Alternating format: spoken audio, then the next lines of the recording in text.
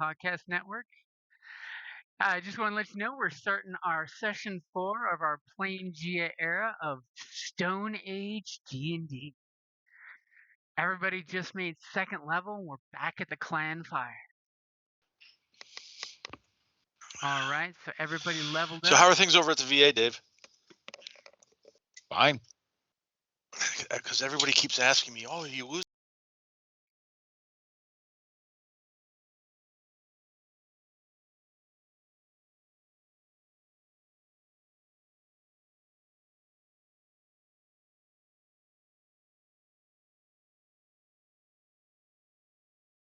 Everybody level up to level 2. Yeah. Yep. Did You know, that, level 2 for a fighter is pretty easy. Yeah, did that at the end of the last session. Yeah. Mostly. Hit points. Yeah. I get more hit points and action surge. That's all that happens to a fighter. Mm-hmm. Yeah. I get key points. Yay. Yay! And unarmed armored movement, so now I move 40. I'm a very fast tree. Wowie.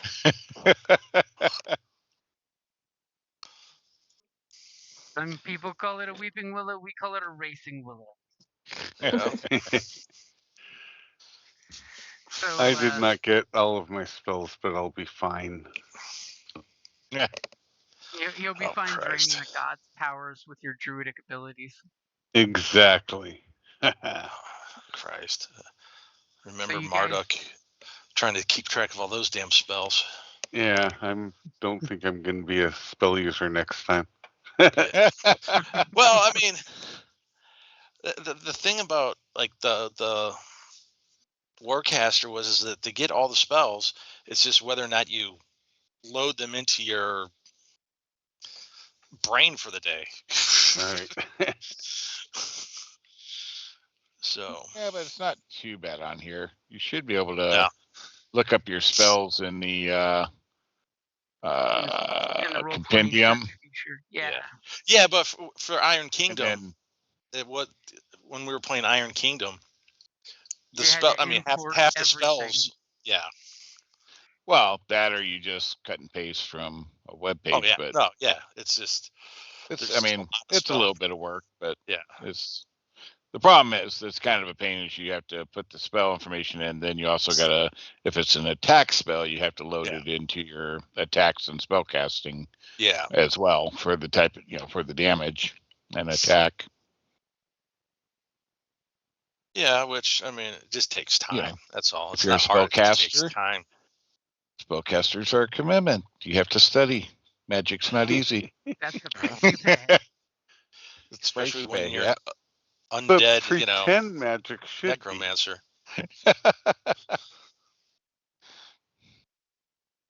Okay, so we left off the camera zooming into the camp as you guys kind of were pretty clandestine about getting back into camp with everybody going, where have you guys been for the last couple of days?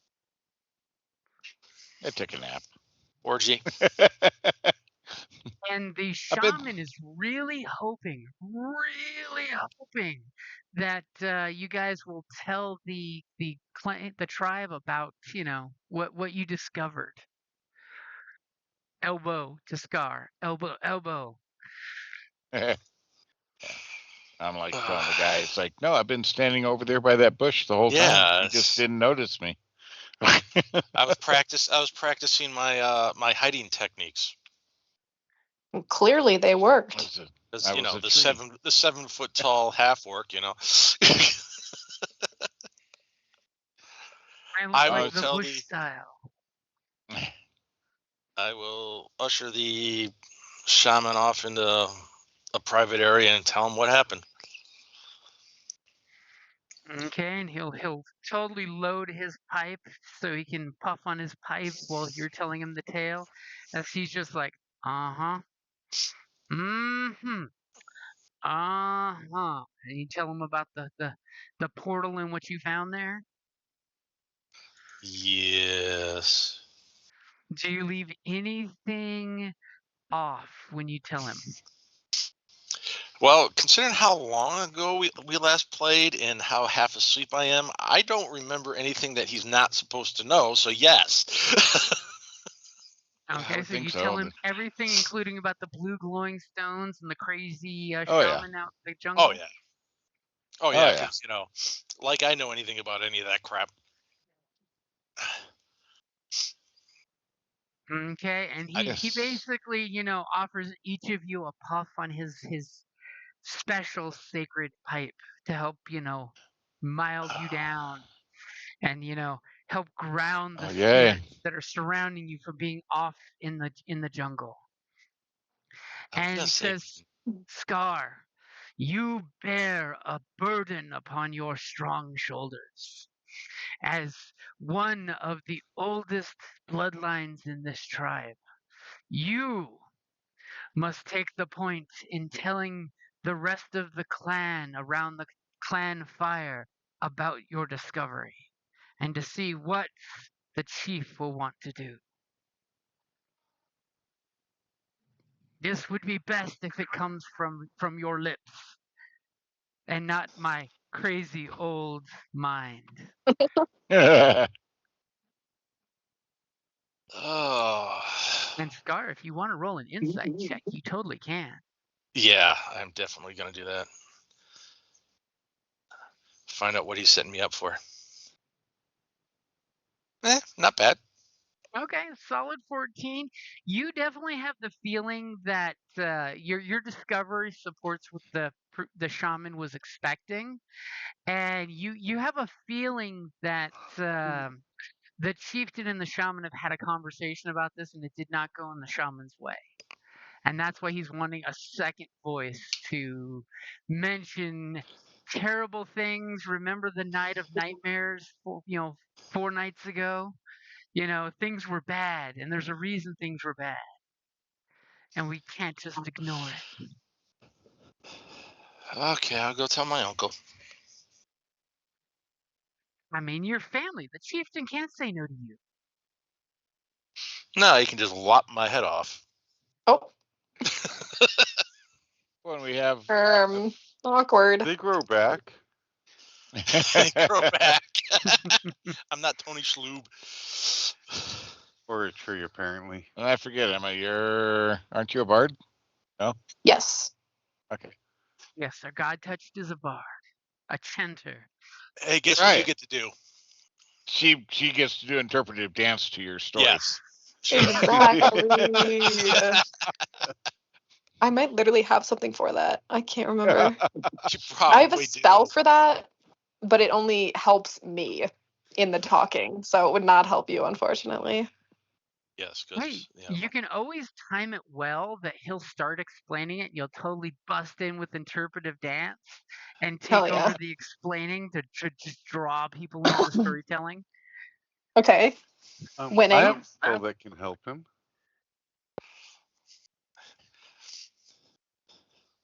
Oh yeah, guidance would be useful too. Oh yeah. And bardic inspiration. I love guidance. Yeah. Just thinking. I mean, you're the talker and revered I storyteller. mean, if you want, you are touched by the gods. Yeah, I just bash stuff, so But you are related to the chieftain, so that might help. Yeah. So if he starts going south, you can kind of pipe in. To the Not that would happen or nothing, but just in case. Stuff goes south, and all of a sudden you just need to take over. Is all they're saying. To Uncle Baldy.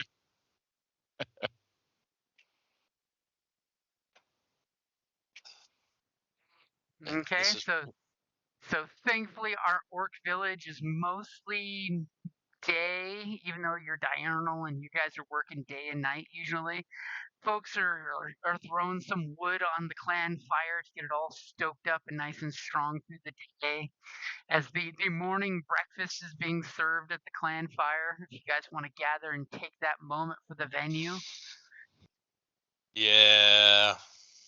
If you want to do it then, you could always wait till nighttime. Let's ruin everybody's breakfast instead of giving them more nightmares. Yeah. Oh yeah, that's a good point actually. Some of the tribe folks go to the fish traps they have in this nice pond here that they catch fish at the river and keep them alive in the pond. Bring them out and start sizzling them on the fire. Breakfast is coming out of some kind of nice porridge that's been soaking overnight as everyone's together. And at one point, everybody's like, Chanter, we need a story for breakfast. This is totally going to be a chance for our Chanter to set the stage if they want. Totally a chance for what? For our Chanter to set the stage if you'd want.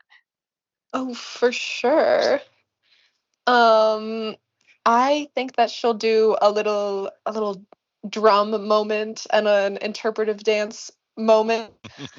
About what? Like bravery and quests, and the good things that the clan going outside of their boundaries and discovering new information has brought benefits in the past in like the sort of lore of the clan. Nice. As the tribal members are just low thumping their chest.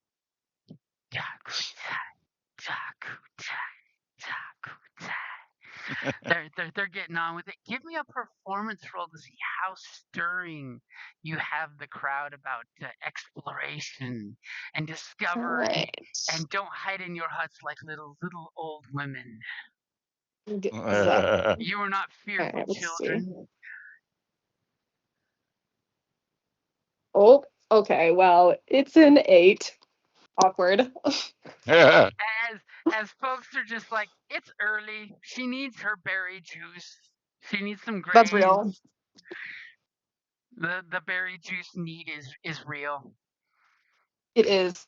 A couple of the tribesmen just tell you to come sit down in their little mini group, sitting Indian style, and eat some food off some leaves, because you're kind of preaching to the choir. They're just like, we get you. You worked hard enough to deserve a breakfast. Nice. What do these berries look like? Oh God. Delicious greenish berries. Huh. They're totally kumquat. And do you roast them and grind them up and put them in water? Those are the special fermented ones in the clay pots. Yeah. Or if you've seen Reacher, this coffee's pretty good, and I had coffee that came out of a cat's ass. Hey, that's gourmet shit, that is. Yes, it is. And apparently it really doesn't taste any different. No. But you have the prestige of eating or drinking. Yes. Coffee bean. I mean, let's not forget, if you're eating coffee beans anyway, you're eating mold, because when they dry the beans, they mold. That's one of those secret things, is that helps break down the bean. That's okay. I don't drink coffee. I can't stand the taste. The smell wants me to puke. Makes me want to puke. So everybody starts to calm down and relax from breakfast. Some of the younger tribe members are still playing and roughhousing. Some of the kids are doing the leg wrestling thing on the ground. As people are busy eating, Scar, if you're gonna steal the spotlight, you get this moment of lump in your chest where you're thinking, this is probably the best time, as the chieftain comes over to his place near the fire where he's nice and warm, and he's served some drink and some food, and he's giving everyone appreciative nods and pats on the back for the hard work in the previous days. We're just collecting sunlight, so you're photosynthesizing. Yep. Watching you people gorge yourself.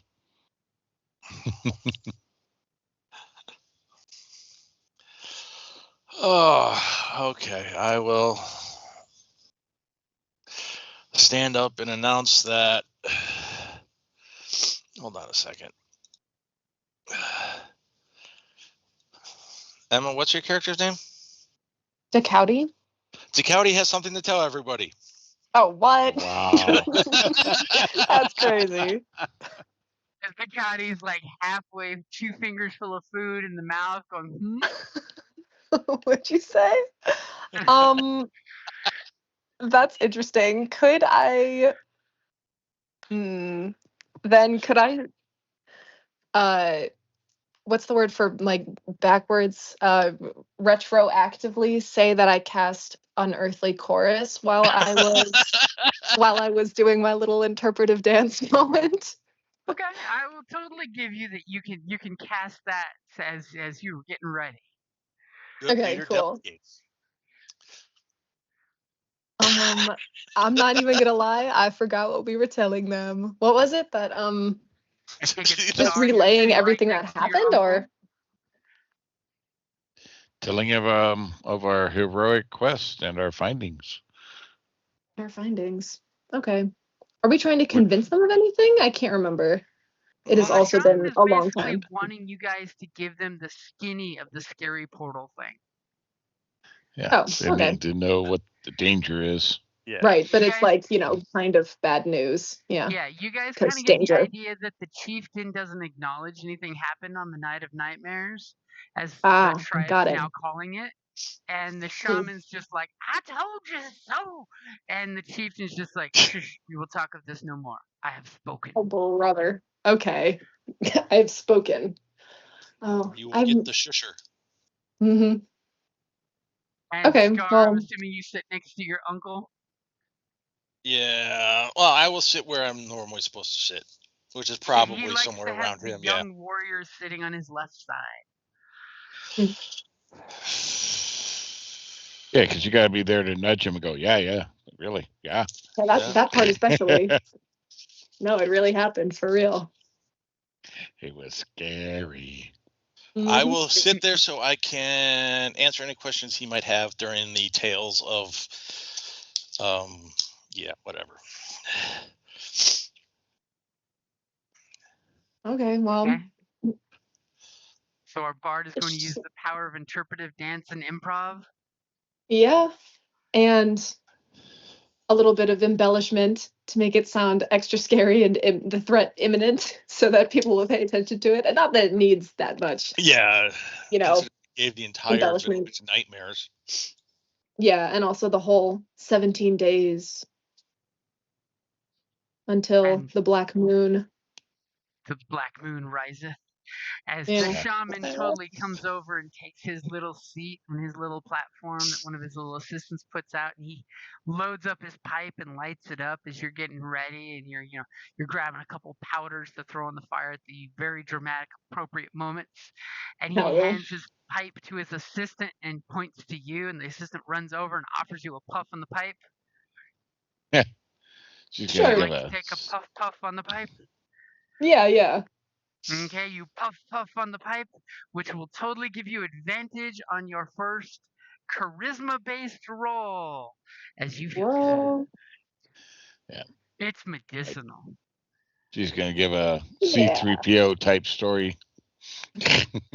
Oh. With sound effects and everything. Oh, for sure. Yes. The gosh. Okay, so Whatever that means. leaving anything out of your previous exploits? Or are you probably embellishing on your heroics? Embellishing on the heroics, but and how scary it is. Yeah, and making it also sound sort of like, ooh, it was like well, we didn't really actually. Yeah, especially like with the cats, like embellishing on like how they were like so unearthly and like they melded into the shadows in like a very unnatural way, and it made them difficult to fight. Now, you guys did skin and take teeth and claws from That is true. Yeah. Are you going to dramatically whip out that pelt at some point? Oh, 100%. Or maybe like some of the claws. The pelt seems difficult to hide. Okay.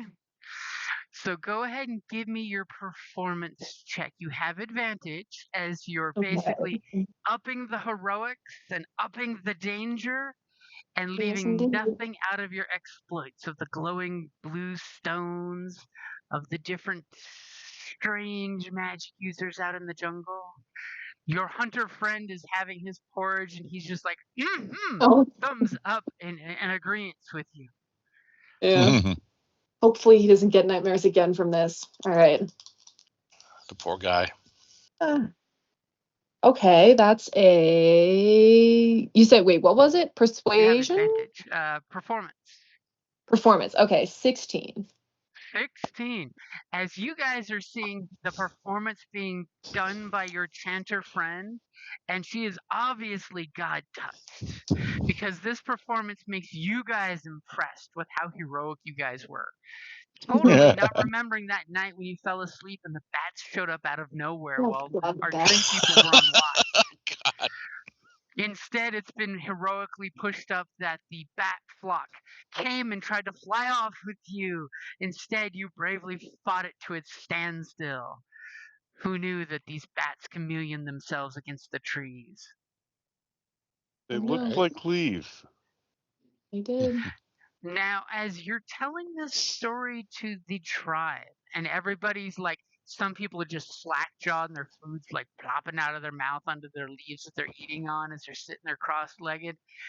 What exact emotion are you looking to stir in the collective group? Oh, I mean, what do we want them? Are you wanting to like whip them into a fervor to go put the shadow down? Are you wanting to rally them to defend the village? Defend the village. Yeah, defend the village seems important because I mean, it's not like I mean, we could send the whole tribe out into the woods, but it doesn't seem like an awesome idea. So probably defend the village because it seems like this is something very big that we're not completely sure that even the might of the whole clan could necessarily stop. Okay, and everybody's like cautiously looking at each other and agreeing with you, and you say how it's dangerous out there and there are new shadows, and unfortunately, the spirits that are normally here to protect us may be busy fighting the encroaching shadows, and you clearly mentioned the many +2 because you can't say the number 17 without bringing down the wrath of the gods. Mm-hmm. As you basically refer to the rising of the black moon, and half the group is making the little warding from evil gestures, and the other half are going pitch hit, spitting on the ground because nobody likes the full moon. No, they do not. As the chieftain is definitely glowering as you're telling the tale of about how the group of you left. And Scar, you can totally feel your uncle stare at the back of your head during parts of the story, especially when your heroics are personally mentioned. As like some of the younger tribesfolk are like patting you on the back and going, yeah. You're getting the nice little, pat on the back of how badass you are that you led this hunting party to go do this, and how some of our newer tribe members are totally, cementing their position in the tribe because they did this. For the safety and the honor of the tribe, that goes a long way with tribe cred. You're right. Yeah. Tribe cred. And it is my job to protect the tribe.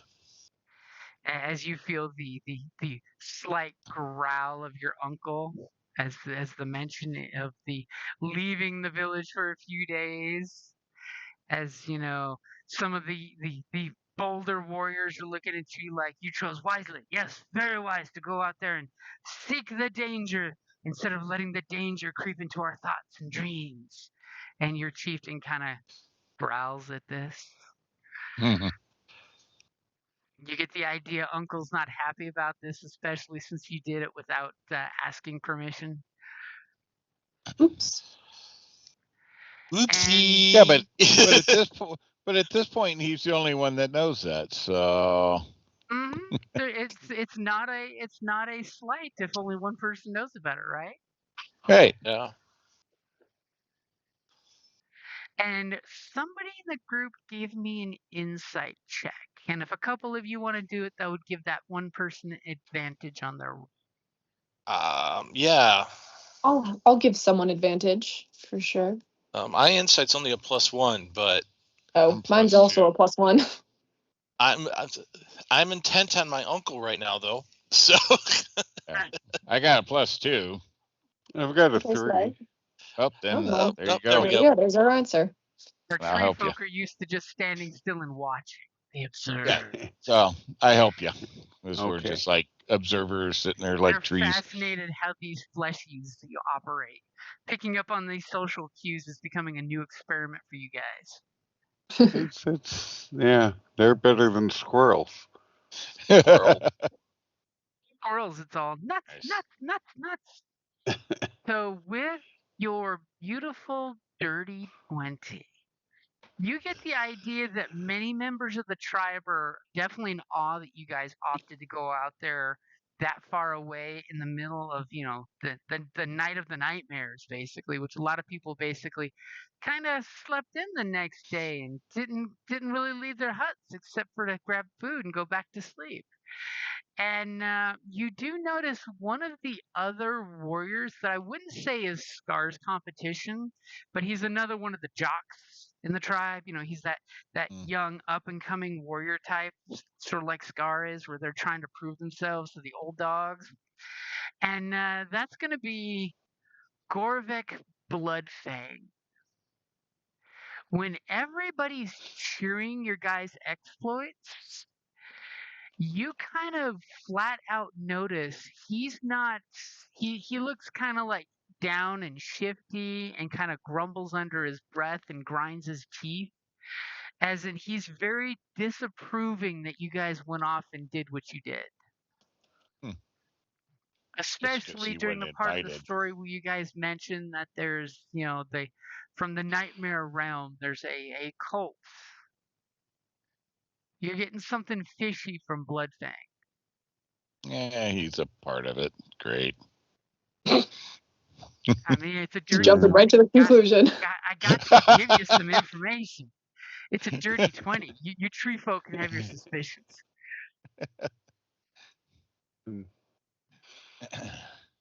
I hear this happens with the fleshies all the time. You get somebody betraying them and stuff. So yeah.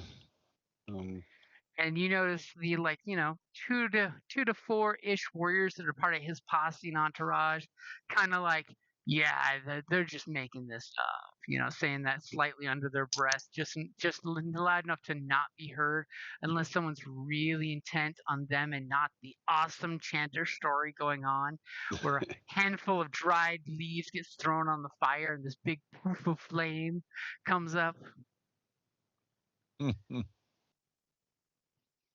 Okay, well, I will.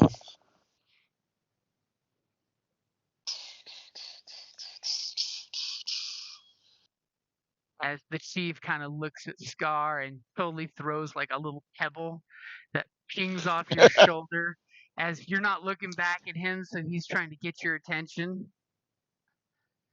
Okay, I will turn to my uncle. At the end of the story, when your friend finishes the exploits of how you came back to the village, and I'm assuming you leave off in the story the part where the shaman you reported to the shaman first, right? Oh yeah, this is all about like the braveness of like for the foray into the wilderness and all that. The shaman, I think it's pretty clear that he wanted this to be on the DL, that he was the one organizing it. Just making sure you're not selling them down the river. For sure. The story finishes up and the chieftain growls at some of the other warriors and says, "You eat more. Nephew, come to me in my tent." And he gets up and kind of starts to walk towards his tent, waiting for you to get closer to him. Do you get up closer, or do you stay 2 steps behind? We're gonna be 2 steps behind. He's in trouble. As chieftain totally brings you in the tent, and in the quietest, loudest tone ever, so it can't really be heard once the flap. He waits till you get in, he pulls the string, and the leather flaps drop down. as he just starts reading you the riot act of who gave you permission to leave the village at night. Well, technically, we left during the morning. The shaman gave you permission. Don't take that from him. Tell him you're a up and coming chieftain. Stand your ground. Okay, my intelligence is a 10, not a 6. Could be worse. Could be worse. Took initiative on his behalf. But Uncle, the nightmares. I just knew something was. But Uncle me. Where That didn't did sound you good. get it in your soul to go leave the village after that I was night trying to of drink, you nightmares? jackass. I did not say that out loud. No. So during this browbeating you get, I'm assuming you're going to take most of it? Oh, yeah. Okay. Go ahead and give me a persuasion as you guys are having your discourse to see if you can bend him to your side. Always better to ask for forgiveness. Yeah, So, no. with your solid 12, you give him really good reasons and points, especially with the whole better to go face danger than to have danger creep into your tent at night like a snake. Yeah. You know, better to wake up facing danger out of the village instead of waking up and being surrounded by flesh-eating ants while you sleep. So well, I will. He gets your point, but he is upset that you decided to go off on your own. And you kind of. I took the initiative. What do you want from me? Give me an insight check. An 11. You're getting the idea it's coming from a place of love. He does not want to lose his favorite nephew. I'm his only nephew. Exactly. Isn't that sweet? Out of the 6 of them, you're the only one still alive. Because they all ran off without permission. I'm the only one that made it to puberty. They all went off without permission. So you definitely get the idea of half of his anger is that you basically put yourself in danger. And he's upset that you did put yourself in danger. But there's a tinge of respect that you've took it on your own shoulders and took initiative. Uncle, this is what I've been training for, though. He had friends. He was safe. I mean, it's my job to protect the village. That's what I was doing.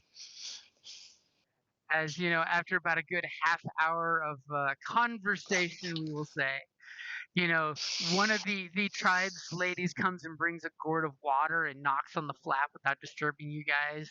And he gets the gourd and it's got some delicious tea that you guys share. And he just realizes he doesn't want you to take that kind of risk again without including him in the decision making. He is still the chief. And unless you want to fight for it, you have to respect my leadership, like all of the other tribesmen. Yes, Uncle. And as that's going on, everybody's like mugging the rest of you guys for details, asking about what did the portal look like? What were these halflings doing in the woods? What about the blue stones? Everybody's got different questions that they're asking. How blue were the blue stones? They far away. They're evil spirits. Okay. So the shaman said that they fell from the sky. What, right? Yeah. The gods threw them from the sky. Yes.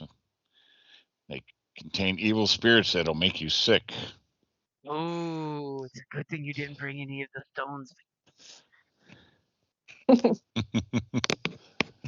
No, because somebody would be sick then. Yeah. Respect your wisdom and intelligence. Especially when they ask about how many blue stones, and you go many, many. Yeah. Lots. Void the whole area. And the general idea you're getting is folks want to know how best to protect the village since you've experienced the shadows. Like some of the warriors are like, we should patrol the village, and others are like, whoa, whoa, whoa. Let's have these guys talk because they've actually fought. And of course, everybody shows the 3 times bigger silhouettes of these shadow panthers that you fought. Well, we have Crazy halflings. Well, we do have some of the claws and teeth to show their size. Mm. At least I do. I mean,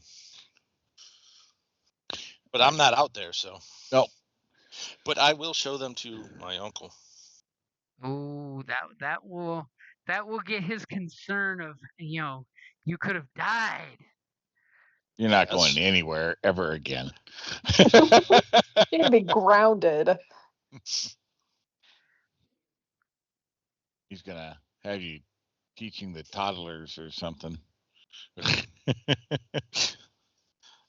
I'm gonna be at the kids' table for a long time now.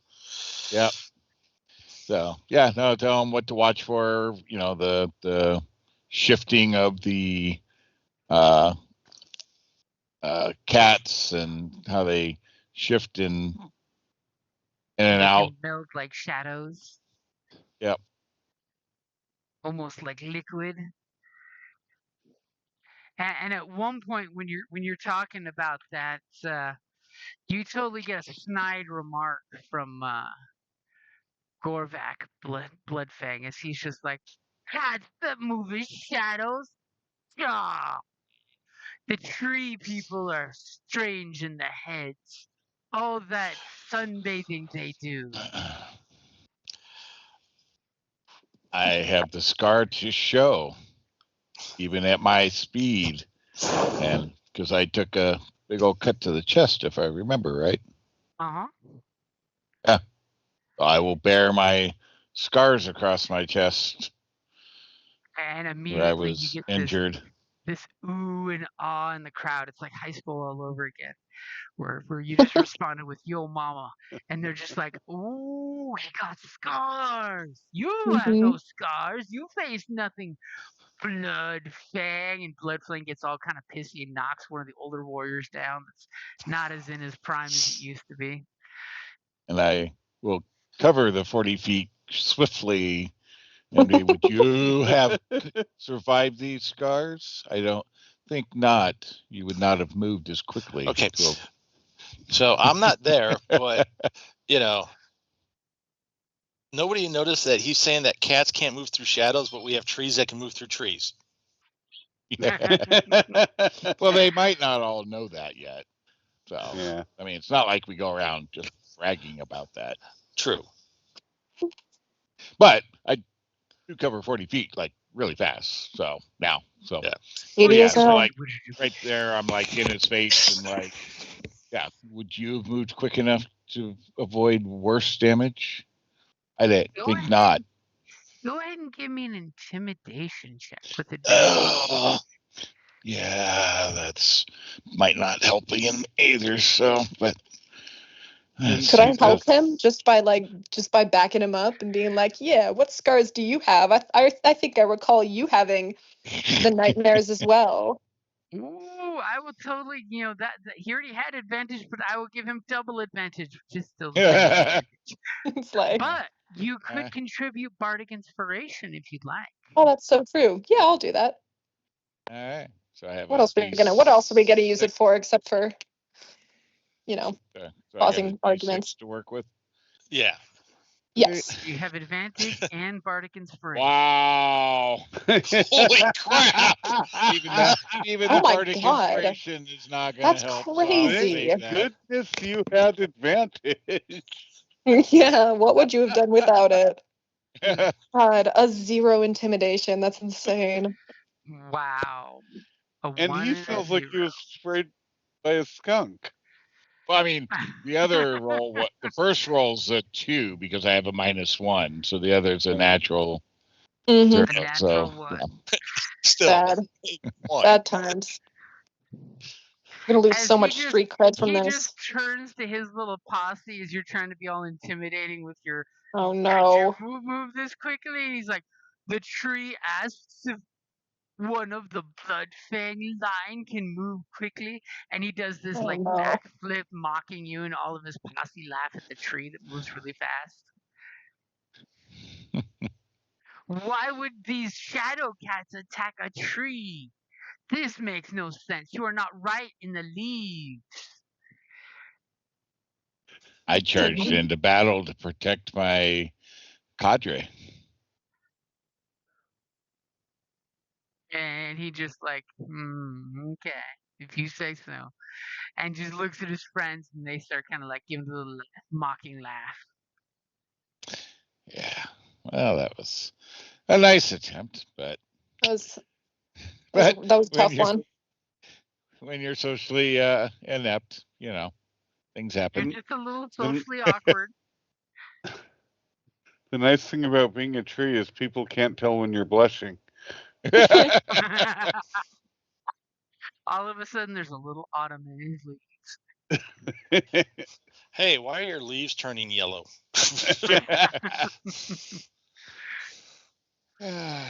So pretty much after about a half hour,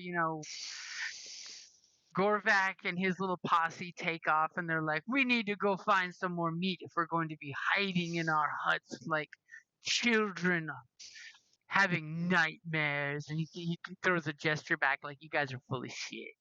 And his posse are just like, you can totally tell they're on the fence, but they're following their guy, even though they're like, but we shouldn't go too far from the village when it gets dark, right? Nice. Cats that move like liquid shadow.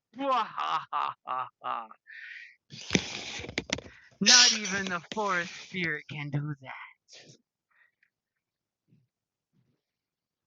Whereas, of course, the shaman has in fact told you, yes, exactly, the forest spirit can do. Yeah. Nice. You're currently angry because someone is stealing his shtick.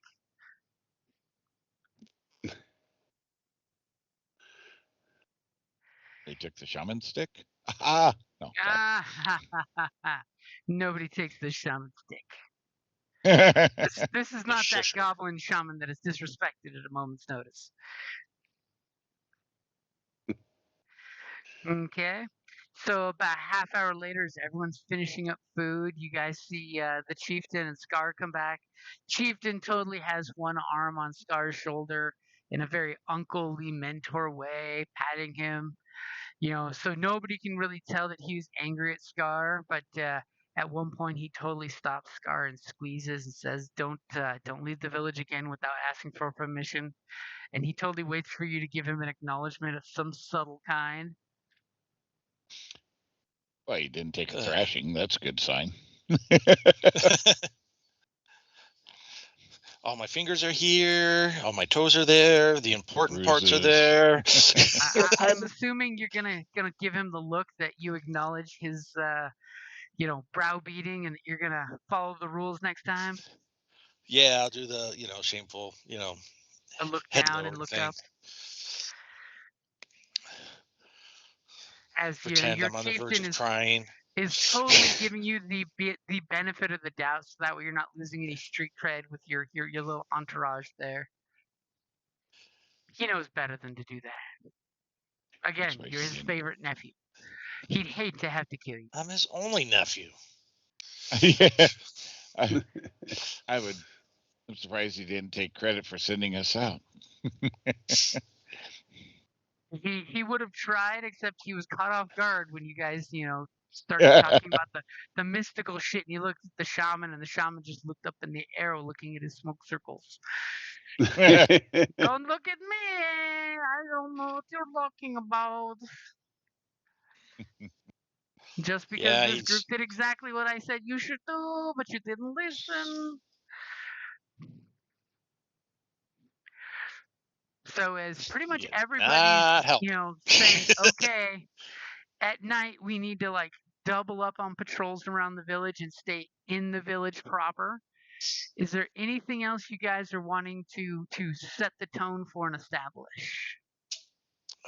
Maybe more torches, more light. More couldn't hurt. campfires. Okay. So immediately the chieftain thumps his little chieftain, hammer on an old dinosaur skull to get people's attention as he says, "If the darkness comes for us, we will teach it that we do not fear the dark, for we see in the dark. But more importantly, we harness the light." And he gestures to one of the guys to go grab a torch and light it at the clan fire and brings it back to him. And he says, "We shall spend the hours where the fire father crosses sky to gather more wood, and we shall make many, many fires. Everyone should have a fire near their huts, or they're sleeping around the fires to make sure no one is in the darkness tonight." That seems like an awful lot of fire. Yeah, a little excessive, but a little Let's nervous, hope but the horse doesn't take an offense to it. Well, got to do as long as we keep it controlled. And in fact, is anyone going to utilize any nature or survival to make sure these fires are set in a safe manner that won't possibly accidentally be made into bonfires that may get out of control? Well, first off, clear all the brush away so there's no dead dying stuff. What is it? Survival? Yeah. Survival or nature? Or nature. Yeah, I got a 0 and a 1, so I got 4. I think I have a -1 and a 1. I've got a 3 Star is survival. happy splitting wood. I can help you survive. Okay. The trees will check. Yes, let the trees figure out how not to burn other trees down. I mean, this is important. You don't want to accidentally piss off the jungle. I mean, the jungle likes your tribe, so make too many fires and it may piss off the natural environment. Yeah, well, you'd I've hate been for the burned by trees it, to just so walk up and leave. Yeah. Like I said, I've been burned, so I want to make sure. So okay, I will roll and check. Is our druid going to give you guidance before you make that roll? Absolutely, yes. Consider yourself guidance. And I got bardic inspiration too, so. Oh yeah, you still have that. You still have that. Yep. I haven't used it because it wasn't worth using on that roll. Nope. Nothing could have saved and that you have roll. Advantage. Yep. I said that last time. Wow. Brutal. So you have a solid 9. Would you like to use guidance or bardic inspiration before I tell you the results? I will start with bardic inspiration. And then I will use my guidance. You have an 11. D4? Yeah. Yep, it's a D4. Okay. You have a 15. Do you feel comfortable with your 15? I do. That's not like you can do anything about it now. So you make sure to give some great advice so they clear the areas so there's no overhanging trees that could catch on fire. Even if someone tried to make one of these campfires accidentally light something on fire, it would be very difficult. So if anyone was to say, like, try to be a saboteur and light a hut on fire, it would be very, very difficult to do that without blatantly looking like someone picked up a torch and threw it inside the hut. Good. Took a lot of work, but we got there. And is somebody mentioning anything to anybody or? About what? Like our druid and his observations? Oh yeah, definitely gonna tell Scar that the guy who doesn't like him wasn't believing his story. And he seems sus, like he seems totally suspicious, like I care what somebody who wets the bed thinks of me. Like we were thwarting his plans, or he was involved with the Shadow Gate. Yeah. Well, we'll keep an eye on him. To help you out, I threw his name out there in the chat. spelled it with an A, not an I. I spelled it with a B and not a G, so. Wow. Borvak. Yeah, so yes, he's so memorable, nobody can remember how to pronounce and say his name. But you know, the God touch writes it down correctly. The tree does it with a tree-like lisp. Yeah, there we go. Gorvak.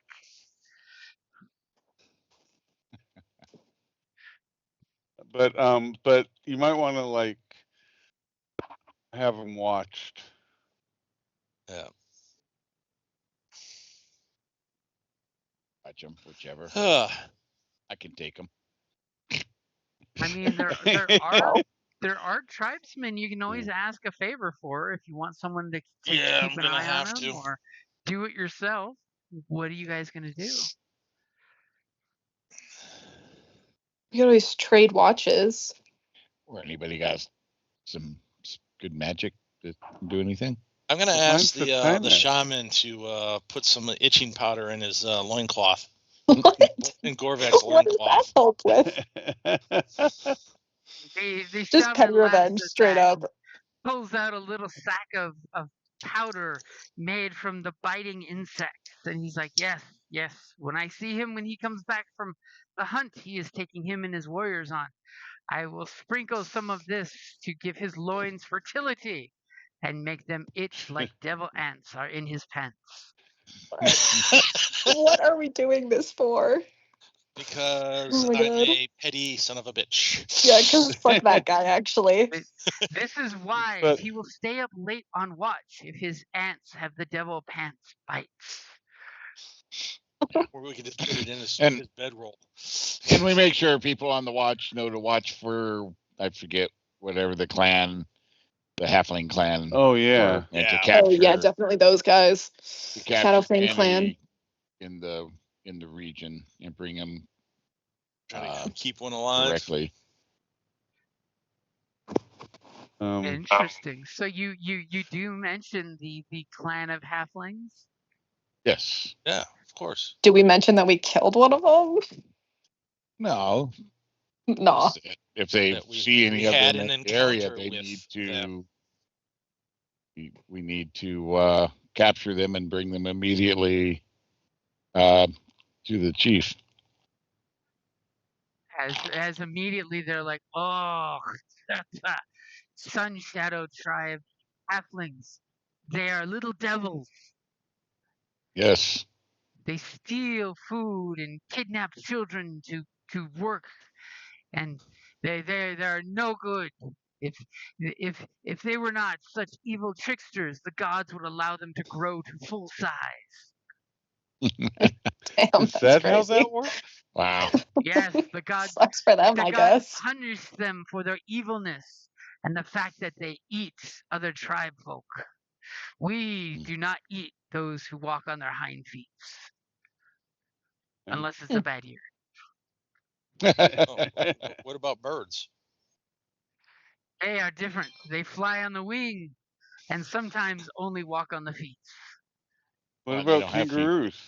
They don't have feet. They have claws, technically. Well, technically, they still have feet.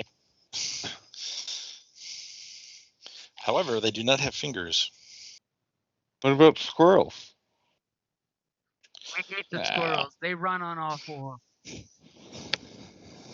They're really good with some butter and some sage over fire. Mm. Oh, you monster! I prefer rosemary, but yeah. Not the ground squirrels; those are rats. Half the tribe is like, "What is this butter you speak of?" Well, how are you eating meat? I've just been carrying it around. No, I'm not. That's out of character. Sorry. I know. It's more of he steps on the meat and mushes it into the ground. So his roots can pick it up. To feed his roots. Yeah, it's a slow process. So true. Symbiotic relationship. Yeah. So is there any plans during the day that you guys have? And I'd is say anybody rest up for the night. wandering off alone? I mean, I gotta ask. You never know. Pretty sure that's a hint not to wander off alone. Yeah, Hey, but aren't you you might wander off alone to go check curious? some of the bug traps out there and stuff like that. Aren't you curious if Gorvak's really hunting and No, not of course he's secretly not. liaising with the Sun Shadow tribe? Yeah, Well- surely he'd be doing that alone, right? Not with other people. His groupies were with them, and they seemed A little not jittery. Groupies. not part of per se, but His but we entourage. can make sure we can watch for him to come in and make sure he has actually completed a hunt or not. But Yeah, I think if he's going to meet him, he'll do it at night. And somebody's grounded and can't leave the camp, but we weren't. So. Yeah. Okay, so you guys pretty much rest up so that we are 100% during the night hours when the danger could be about. And who's going to give me the perception check to see when good old Bloodfang and company come back? Or are multiple people going to work together for advantage? Perception. I got a +2. I got +1 again. There's always it's a wisdom thing. Work that you can do in the village, like weaving baskets and weaving footwear and whatnot.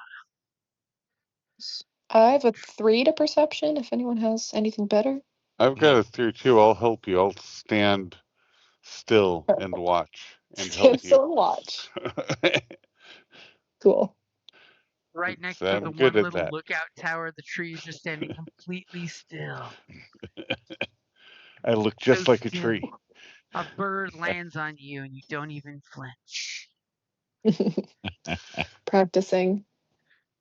Okay, well, good thing for that advantage because I got a nat 1 and a nat 19, so that's a 22. Okay.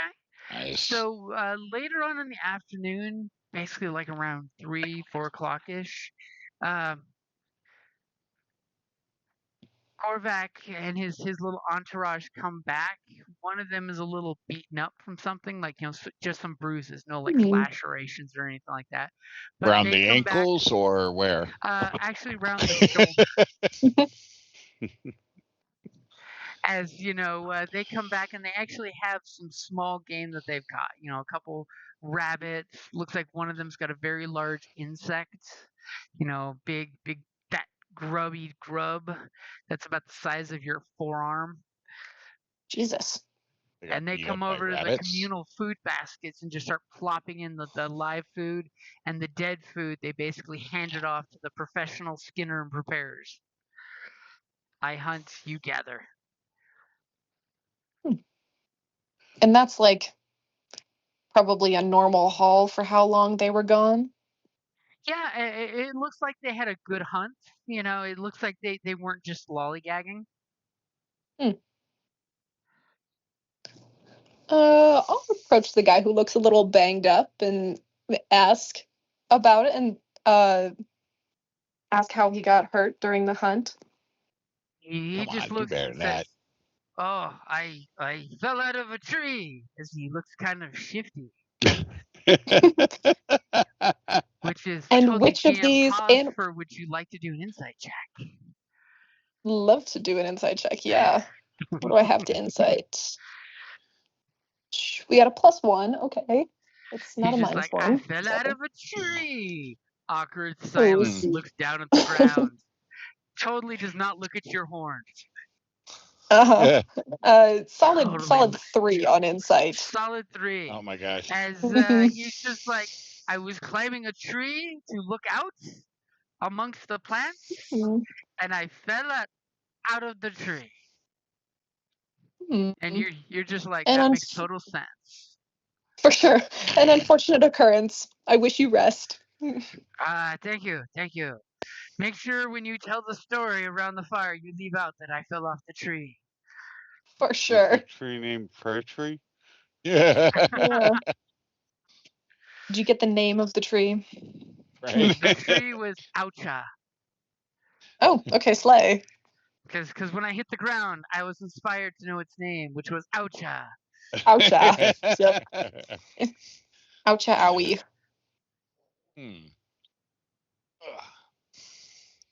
Interesting. As you know, you guys notice a bunch of the more elderly members of the tribe are going out collecting wood. Everybody seems to be taking your warning and moving in groups of 3 or 4. You notice. Cool. So people are definitely Good. taking it serious that there's danger out there, even though it's still daylight. Nobody is really wandering off alone. The kids are being told to keep close to the water and try to play at catching small things in the water, which at least keeps them busy. A bunch of young orcs with fishing spears fishing for very tiny game, feeder fish, keeps them busy for hours. Yeah, because those halflings might get you and eat you during the daytime. Beware of the shrubs. The shrubbery. Hey, that was vicious shrubbery.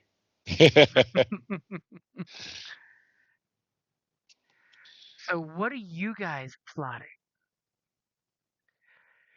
As you notice, the chieftain and the shaman are kind of just silently watching everybody and seeing how everyone is acting, and they give each other like grumpy old men looks without actually talking to each other. Yeah.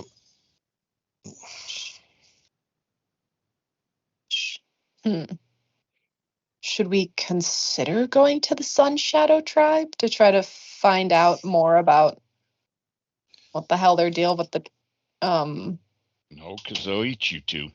Yeah. Well, Yeah. I mean, does someone want to give me a history check? Oh God. Yeah, that would be probably me. You remember all the stories. But I think more I want to know where Blood Thing's going to be on watch to watch Blood Thing. Yeah.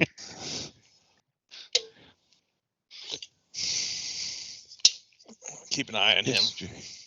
Yeah, I'm a +0 in history, so I'm a solid -1. As Scar is like, Sun Shadow tribe, reclusive halfling clan that's off to the west. Something about a primal evil gate of nature, something, eat people. That was all I needed to know is eat people, don't go far to the west. Right. What is with our rolls today? Tell me about it.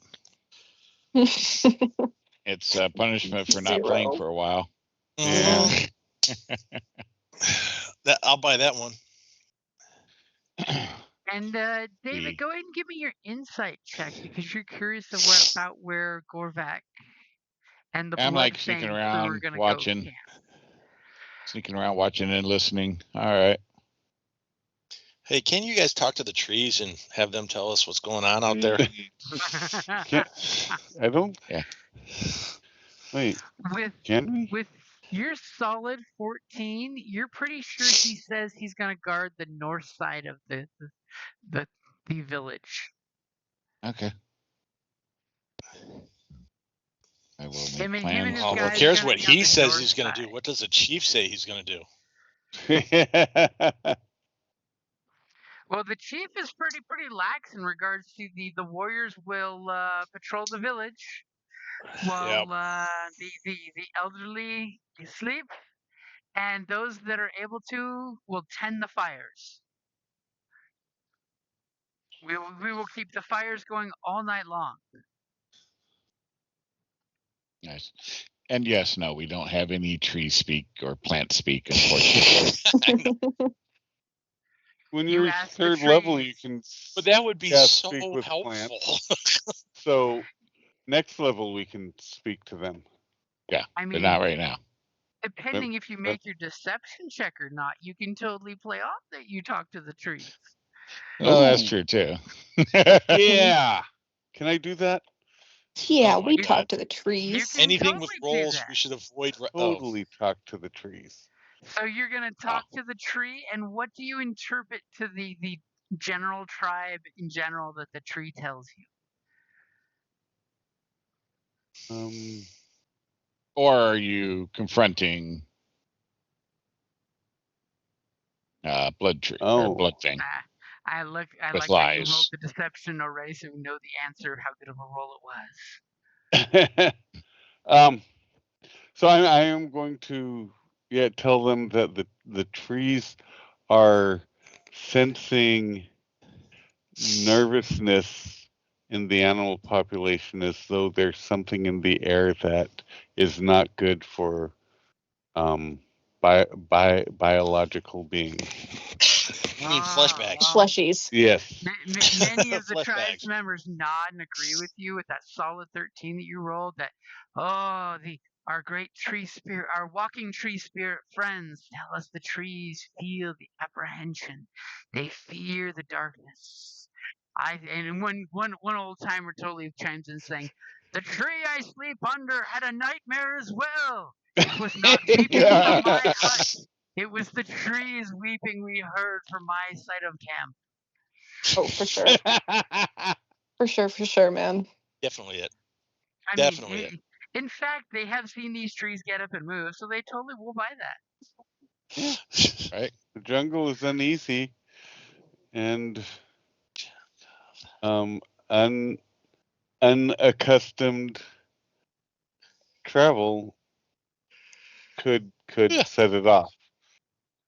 Oh, unaccustomed trouble, as you know, many of the folks are asking you in your infinite wisdom, what should we do? As the chief and the shaman are looking at the tree man, giving directions. Crap! I didn't think this far. You now have true believers. Gotta make it up. You You have the power stay of the calm. tiki. Okie. Naughty. We need to stay calm, work together as a tribe. The jungle does like us, and you can send out liaisons to talk to the jungle, but only once a day, because you don't want to make the jungle nervous. As a couple of the wise women take your words to wisdom, and they go out to like the outskirts of the boundaries of the village here, and they sit down and start kneeling and praying and speaking to the trees to thank the trees for the bark that makes the armor, and the branches they give freely to the floor of the forest so they can make fires, and that we will protect them from fire and protect their walking spirit brothers that have joined the tribe. What have we done? Remember, the big spirit of the jungle is a tree spirit, so, you guys are reinforcing the idea. I mean, granted, our druid might be stealing magic from him every time he does druid magic, but the rest of the village is like totally digging on the great father tree of the jungle. Yeah. See, I would have taken that and used it to imply Bloodfang that the trees told him he's been doing something nefarious, and see his reaction, but that's all right. I asked for help. One tree is honest in his lies, and the other tree is very deceitful. I'll work on my deception.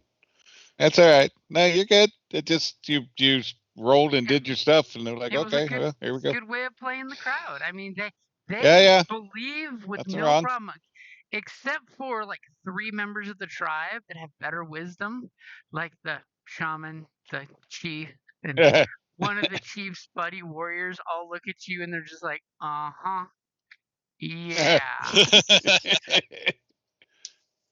And the wind just whispered to me, someone farted.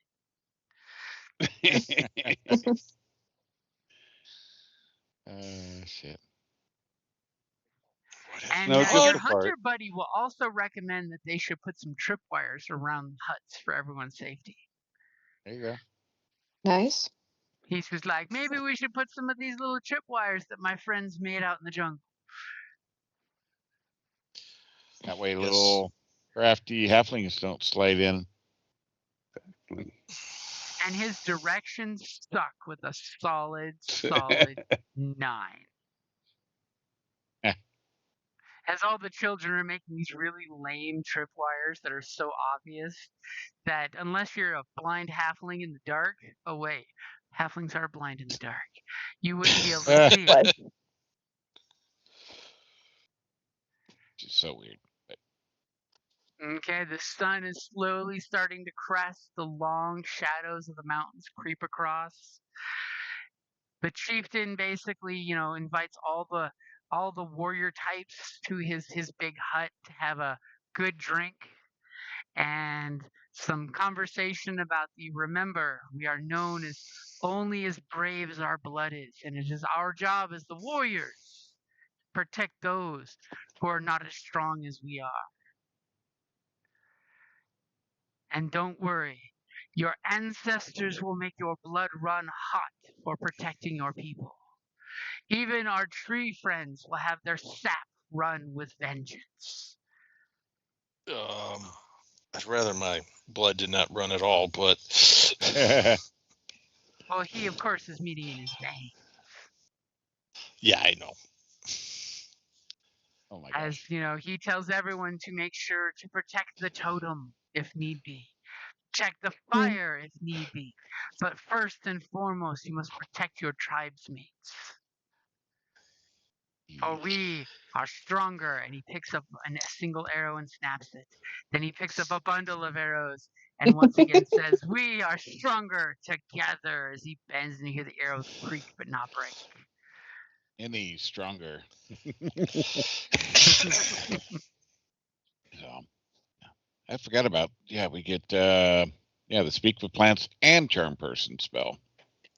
Hey. Yeah. You're a hypnotic tree from that one M. Night Shyamalan movie. Right? And the Charm Person actually will work on sentient plant life. That's awesome. I mean, plants are people too. That was hey, you know what? Plant rights. The Mark Wahlberg. Yeah. Rights for chloroform, bros. Mm-hmm.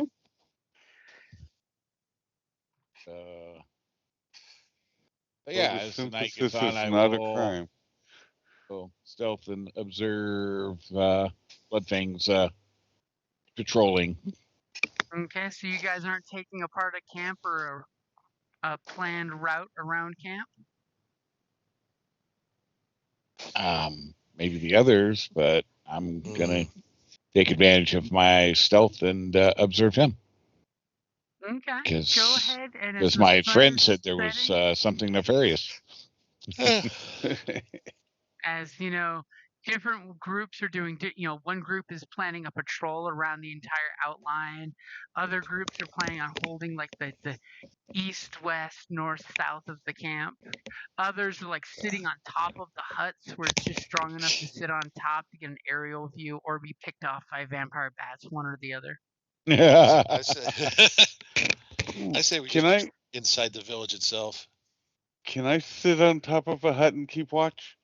You can totally sit on top of a hut and keep watch. Hell, you'll blend in with the wood roof of the hut. Yeah, it's like, what do you mean sit on it? You need a hut. You apparently look like the mast to this hut sticking up at the top. Yeah.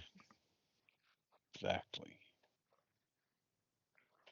And sneaky tree going to go follow Bloodfang crew. Give me your stealth roll.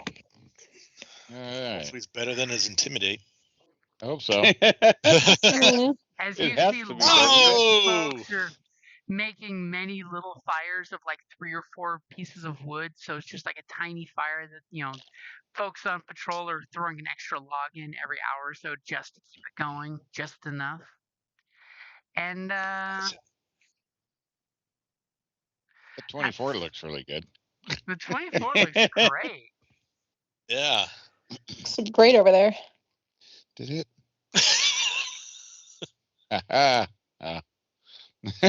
As you come creeping along following Bloodfang's crew as he's talking, and some of his guys are saying, oh, are we leaving the village again tonight? And he's just like, shh. Hello. I don't think we're alone out here. And he kind of like shifts his eyes in your general direction as he's scanning and just seeing foliage, but you feel his eyes stop where you are. Something about your tremblingness in the bushes makes the bush that you're hiding behind tremble just enough to appear that there's something hiding there. As he basically tells his warriors that we need to continue moving. I think the shadows are listening to us. And one of the orcs is like, huh? And the other one elbows him. He's like, oh. And as that happens,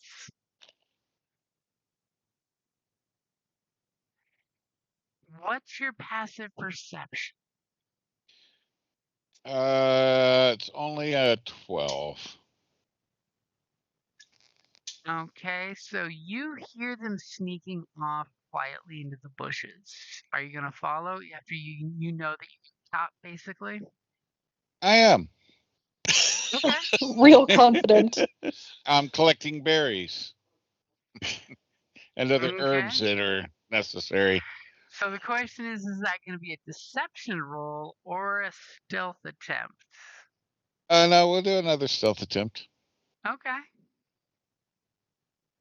We'll It turns pay into more a attention. deception. As you totally hear them going with their 11 for their stealth roll. As you just barely are hearing them going off, cracking branches in the forest. Yeah, because a deception at -1's probably not my best option. So as you my actually social say skills out suck. loud, I am just picking berries. Innocent me picking berries. Exactly. I'm Picking just picking berries berries makes while me I'm part of watching you. this bush's copulation cycle. All right. So we're going to stealth again. Okay. I'll be right back. There we go. Okay, so shall we take a quick restroom drink break? Sure. Sounds Okay, good. as you make a beautiful 16. And let me check for the one guy that's actively watching because the rest are just using passive perception. It's the suspicious boss that's +4 that he's paying attention. And again, his shifty eyes cast across the bushes, and you swear he looked right at you in creepy dark vision, Blair Witch camera style. His eyes reflect looking right at you. As he basically slaps one of his guys and tells him to put down what they just picked up from behind some bushes just outside of camp. Looks like some kind of like roll of clothing or maybe an animal hide. You couldn't quite tell yet. As he tells them to put those back. We still are being followed by the darkness. And one guy goes, I thought the darkness didn't happen. You said they lied. And he's like, not that kind of darkness. And as you know, his entourage gets super sus. We'll say that's a good time to take a quick break. Right then. Dun dun dun. Okay. Back. And we're taking a break. You're back as we're taking the break. Good timing. You took a break, so then it was a good time to take a break. Well, yeah, my sinuses are acting up, so I had to go blow my nose. But he saw me, so. Twice. Yeah, well. I mean, a +5, I should be able to freaking hide. You should. But a 19, dude, you know, you rolled well on that other one. We've been rolling horribly today. Yeah, but my 16 was overshadowed by his 19, so. Yeah, no, that was. So. Well, you could have because that 16 would be that 16 would be the average for that, but clearly you're just not trying hard enough. 10 is average. Actually, I don't care if you see. No, 10.5 is average.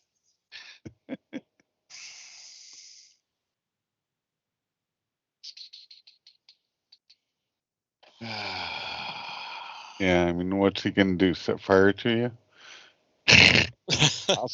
Possibly, but You've got to can move outrun fast. them. So yeah, I was gonna say you'd have to move really fast to try. And since there's no bows, I mean, you just got to avoid the rocks. But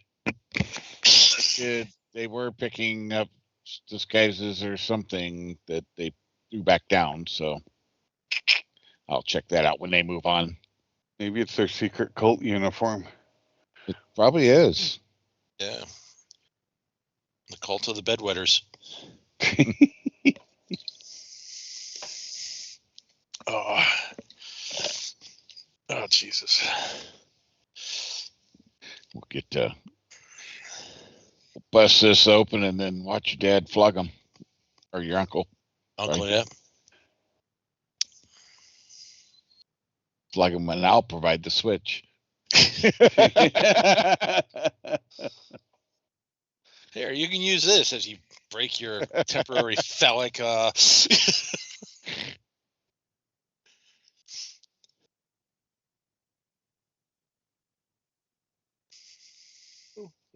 pardon me.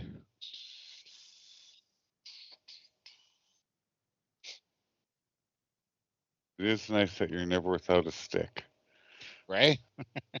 I mean, I can't summon them like you can, but... No, but you still... Yeah. So fucking tired. I don't know why. I did nothing but sleep today. Slept too much then. What? Because you slept too much. Yeah, could be. Well, no, my depression's getting pretty bad. So. Yeah, freaking Houston, man, their oak was like double the pollen levels than it's like for Ben. I'm like, oh, wonderful. When I was out there, like, what the hell is that? Yeah. Luckily, I'm not allergic to anything except for algae. Yeah. So that's a weird one, but yeah, no, I'm only allergic to 58 of the 58 items here in Arizona. 58. What do you mean? There's like 2,562. Oh, there's 58 allergens that they tend to test for that are typical allergens. And I was allergic to 58 of the 58 items. Most of it was moderate to severe. Only a little bit was mild. Stock and Benadryl is what you're saying. Well, no, that's why I've been getting 3 allergy shots every week. Now I'm at 2 to 3 weeks. Oh, that's good. 4, depending on how I feel, but and also still doing nasal sprays and shit like that. So yeah, no, my nasal sprays are not because of allergies. It's because my sinuses were damaged from my parents smoking when I was a kid. Yeah. No. You know, because nobody had a bunch of that when I was a kid as well. Yeah, so I have vasomotor rhinitis. Ooh. So my sinuses basically treat everything as an allergy, even though I'm not allergic. Well, the nerves are just firing. Yeah, they're just shot. Yeah. Yes, I have the same thing, vasomotor, along with allergic rhinitis. Yeah. So, mine was actually set off at NTC, because of all the mold that was in the air conditioners in the tents. Yeah. Yeah, it just like set it off, and it hasn't gotten better, and that was in 2012. So yeah. Well, mine's all. Well, the smoke probably didn't help, but I mean, there was one time I still vividly remember. I was like 9. We went to a CB jamboree, and we walked into this like big barn area, and literally the smoke level was like just below my chin. No, it was so. I mean, it was awful. And at that point, my dad's like, that's where he went cold turkey. My mom and dad both went cold turkey smoking. But most of my damage is from the Gulf. You know, the sand that we couldn't bring back because there might be stuff in it. It's like that we were inhaling constantly. Yeah, this constantly. Yeah, it's like thanks. Yeah, no, it's. I never had allergies. So I grew up in Arizona, so. Oh, the thing about allergies is that like every 10 years they kind of reset a little bit. So yeah, well, this was like drastic change when I came back from the Gulf and got out. Yeah, so basically all the damage from that just set everything off. Probably. Well, 5 probably didn't help either, but. Think of how many wonderful carcinogens you're exposed to. Oh yeah, kind of like Kandahar drinking. Airfield with the 5-acre shit pond in the middle of the base. Yeah, but that's not including the industrial hydraulic fluid I bathed in daily and the trichlorofluorethane wonderful degreaser that we'd use, and then all that on the ships. On the ships, the JP5 jet fuel would get into the drinking water, and you drink that with your coffee for an extra octane. Oh yeah. Yeah, I was going to say, David, from your MOS, you're exposed to so many different mechanical liquids, metal solvents, and who knows what not. Yep. I mean, trichloroethylene on its own is enough to, strip steel of anything organic. Oh, dude, it took all the oils, like your good oils, everything out of your hands. You'd practically turn white when you rinsed off the hydraulic fluid, because the rags sucked. Leather. Because the bundles of rags that we got were shredded clothing, so you might get a piece of corduroy or you might get a sheer negligee reaching in. It really doesn't absorb a whole lot. Rags. Yeah, no, the only thing I had to worry about on deployment was lead poisoning. Yeah, you can get that eating sushi, so. High velocity lead poisoning. Oh, yeah, wow. See, with Ariel, though. Or actually, let's see, what would... now, too technical. I'll keep it to myself. Everybody back, or who we? I think everybody's back. Emma? Yes. Okay. Indeed. Yep, I heard Emma make a noise when she got back. Nice. It was subtle. I'll keep my comments to myself. Don't be a hater. I don't hate anybody. Well, I do, but not here. So you guys basically notice that your tree friend disappears, and there is a lot of cat and mouse happening on the north side of Canada. Because he knows you're there. Yeah, I'm patrolling this area. And he told his crew to put down the things they had hidden behind some bushes. Yeah. And they kind of move some bushes around, and then they kind of wander away. Okay, I'll let them wander away at this point. Okay. He's very sus after seeing somebody following him twice.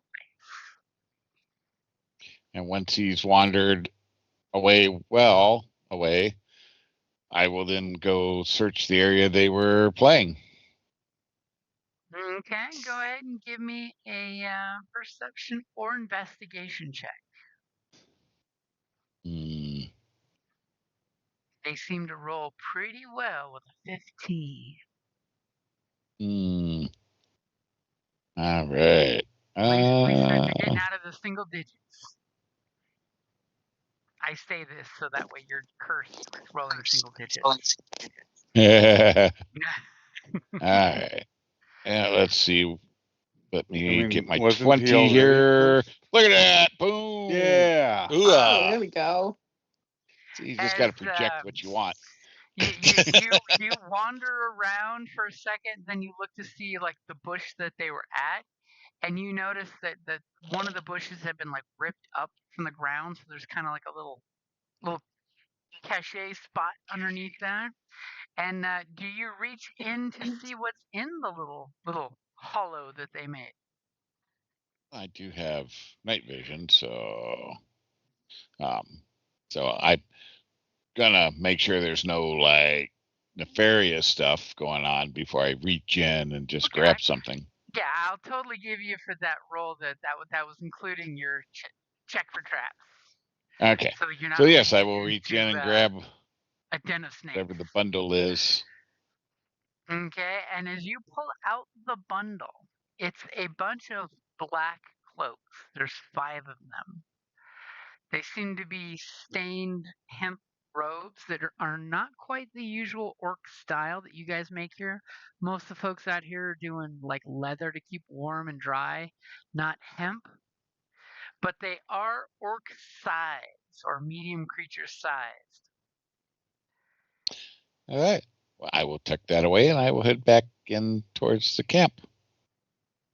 Okay, are you What a taking them with you, or surprise. are you tucking them back where they were?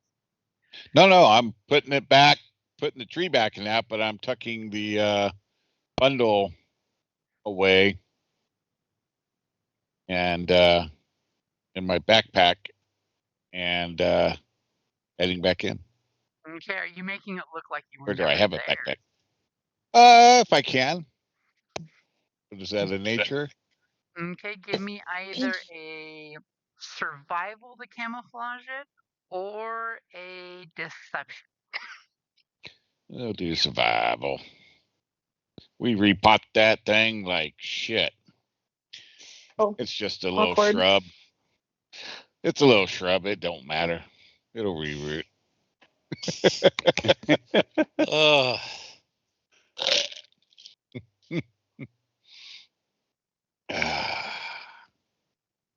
I'm too concerned about the bundle.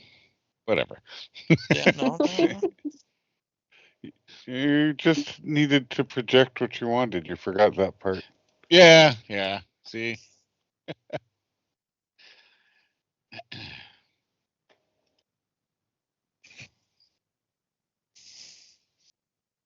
Jim?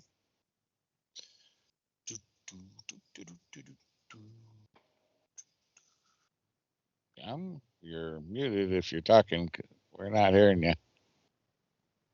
Sorry about that. I had a coughing fit, so apparently I forgot to unmute after the coughing fit. So I kicked up too much dust trying to put the thing back. Sorry. Exactly. As the little shrub falls over as you're walking away from it, going, "Take me with you,"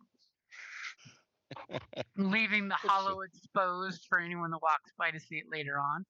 But as you walk towards the back into camp with the items stashed away, are the rest of you guys around the clan fire, like in the middle of the village?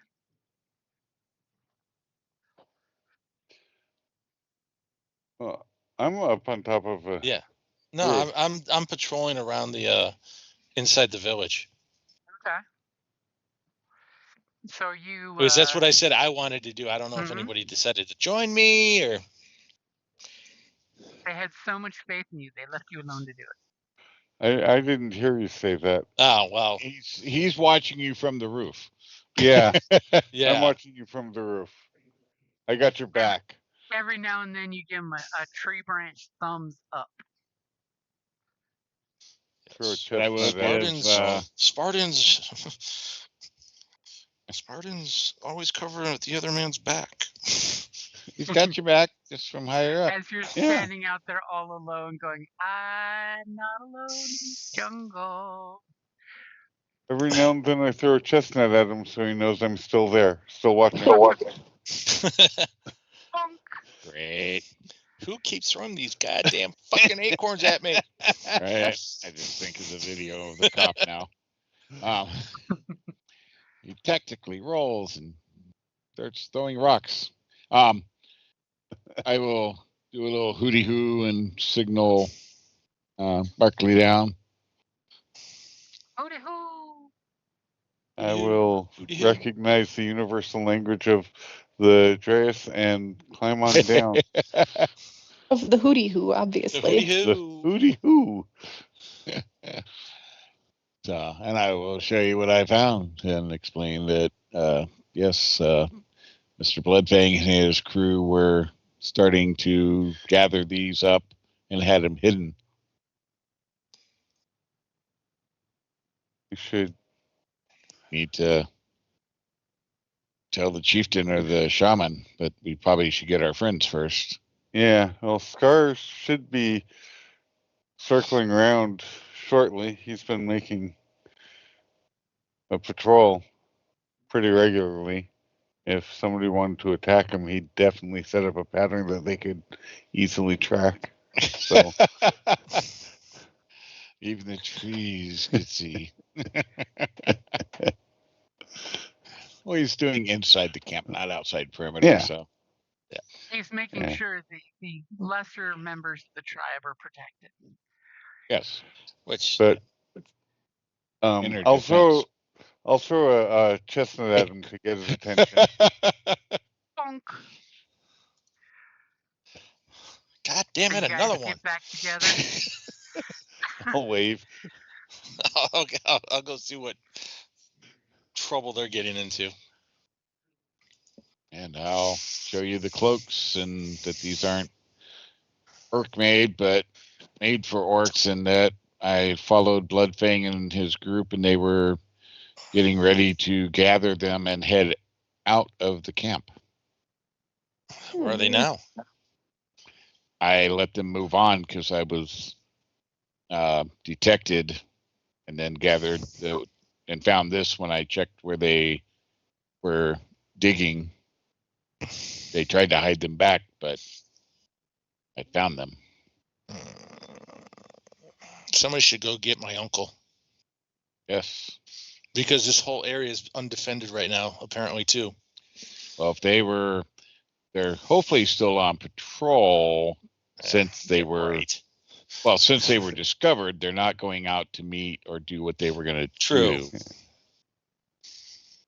So they should still be in the area, but they would have left that part of the camp unprotected if I had not been, or if I had been more quiet. No, I get it.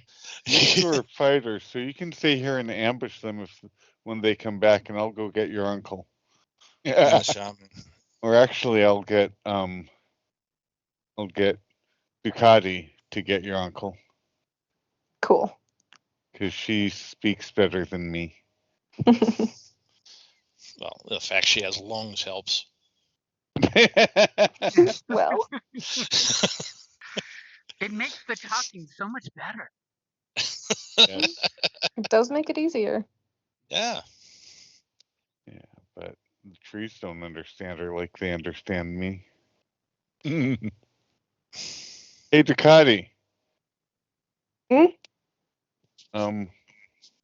You got to get Scar's uncle to come out into the middle of the woods in the middle of the night to see some cult robes. Oh, we can't just bring the cult robes to him? I was going to say, we don't necessarily have to go out anywhere, but we need to gather him either at the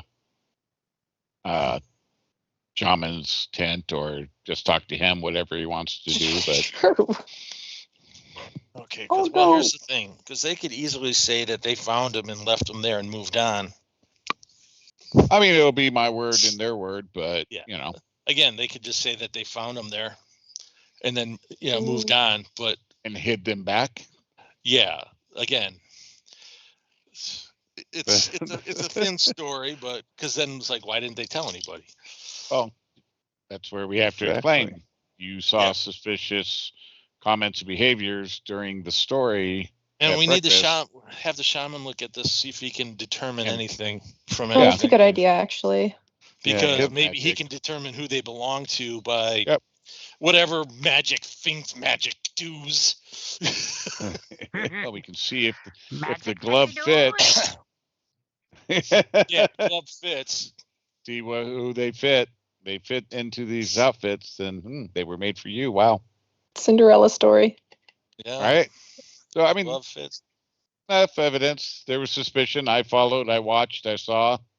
They heard I was there, and then heard they were being followed. So then they hid it and moved on, and so. No, I get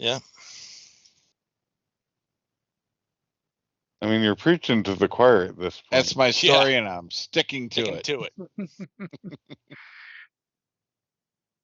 Yeah, again, you're preaching to the choir. It's just. But we need to get to him.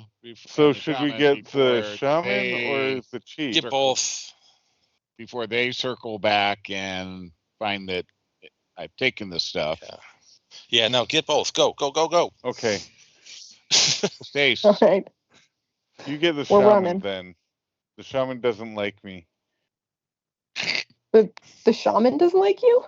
Not at right, all. his druid. Yeah. Yeah. All right, I got mean, it. I hide it from him, but he suspects. Yeah. Okay, well, I mean, I'll go get the shaman. And the Okay, so chieftain? Who are you going to grab first? The hell was that? Who am I going to grab what? Who are you going to first, the chieftain's tent or the shaman's tent? Probably the shaman. Oh. Okay. So you go to the shaman's tent and you see the shaman's attendant is like totally sleeping, snoring away. As you know, you realize the shaman is nowhere to be seen. Oh. Ooh, he's part of the cult. Mm. Is there? Yeah. You know what? Everyone's part of the cult. Fuck it. Burn the place down. The whole thing. Has Raise the whole. spoken. The force pulled me. Is there any indication of where he might have gone? Go ahead and give me a quick investigation check. Oh boy. Okay. Can I help? To the bathroom, be back in 5. Well, you can only help if you're there with her. Oh, I didn't go to that. I'll wait because I went to the. All right. I didn't want to talk to the shaman. Okay. A 12. Okay. It looks like the shaman has not gone far. His traveling gear is still here. His walking stick is missing, which is his mighty staff with many charms. And it doesn't look like he took anything with him, so he's somewhere in the village. Oh, okay. You're pretty sure the he's attendant just is somewhere like, out and about. The attendant is like out cold sleeping, enjoying a beautiful night. okay, just normal. Night. Yep. Okay, well, good for them. Just normal sleeping. I mean, I guess I'll go try to find him. So where are you going first? Are you going to the chief's hut? Yeah, I'll try the chief's hut first. Okay, as I'll soon go as with you you get to the chief's hut. You guys meet up Okay. outside the hut, and you totally hear voices talking in hushed tones, and you totally hear the shaman's voice in there with the chief. Okay, amazing. I would love to eavesdrop. Go ahead and give me a perception. And Okay. somebody between the two of you give me a stealth to make sure you're not eavesdropped on. As somebody I've got better stealth than perception. I've got better perception than stealth. You want to switch? Okay, slay. Yeah, that sounds good. Okay, but I'll give you guidance. Oh, okay, cool. Bardic inspiration. Yeah, I can give you a bardic if you. Yeah. Depending on. But you got to be how quiet. it goes. The chanter goes up to you and whispers, "You can do it. You can do it. You can do it. You're the tree that I love." Brother. Go, Barkley, go. 3 plus 3, 6. Okay, a 10 on stealth. A 10 on stealth? Yeah, that's a. You guys totally think you're quiet? Oh wait, sorry, and 11 on stealth. That's 3 plus 4, 7 plus 4. Yeah, 11. And you guys lean against the side of the hut to hear, but the voices are talking over each other. There's at least 4 or 5 voices talking with concern. Oh. And with that beautiful 6 for perception, are you good with that number, or did you want to use your bardic inspiration there, Bart? I wanted to use my bardic. There we go. Okay, a solid 10 on your perception. You hear the occasional word of concern, and you're hearing the fact that the shaman and the chieftain, with their conversation, the parts that you're picking up, seem to actually be talking like two good friends. Oh, that's suspicious. It's a front. They play good cop, bad cop. I think the shaman's cast a charm spell on the chieftain. Oh, what? But you do pick up that the chieftain is disappointed that his nephew was sent into danger outside of the village. He copped up and confessed. So, yeah, what he said. Yeah. I We're in more danger, so. The And then chieftain's mad, but he's not yelling. With that He's beautiful trembling mad. stealth roll, immediately the voices stop almost all in unison. As you hear this, like, you can practically hear someone putting their finger to their lips and going, shh. Oh boy. And then the chieftain gruffly says, "Who is out there checking on the chieftain of the tribe?" I bring news from the outskirts. Try to play it off like we weren't eavesdropping. Now the trick is, are you being honest with that? Because that is kind of what you're doing. Or is this a lie? I mean, I think I technically am being honest, but the spirit of it is probably a lie, if we're being completely honest here. Okay, I mean, you didn't want to disturb their intent conversation. Go ahead and give me a deception roll to see how well you're playing it off. Okay, cool. Can I help her deceive? You can totally give her advantage, so that way it's with advantage. Since you totally chime in saying, "Yes, we brought news."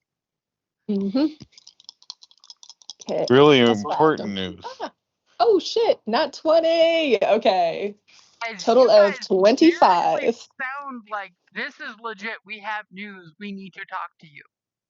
As the chieftain says, "Open the tent flap and make yourselves be known who is out there." Oh, lol. Yeah, open the tent flap and go in. Yep, I will go with Do her. a little sign of respect, like whatever salute we have.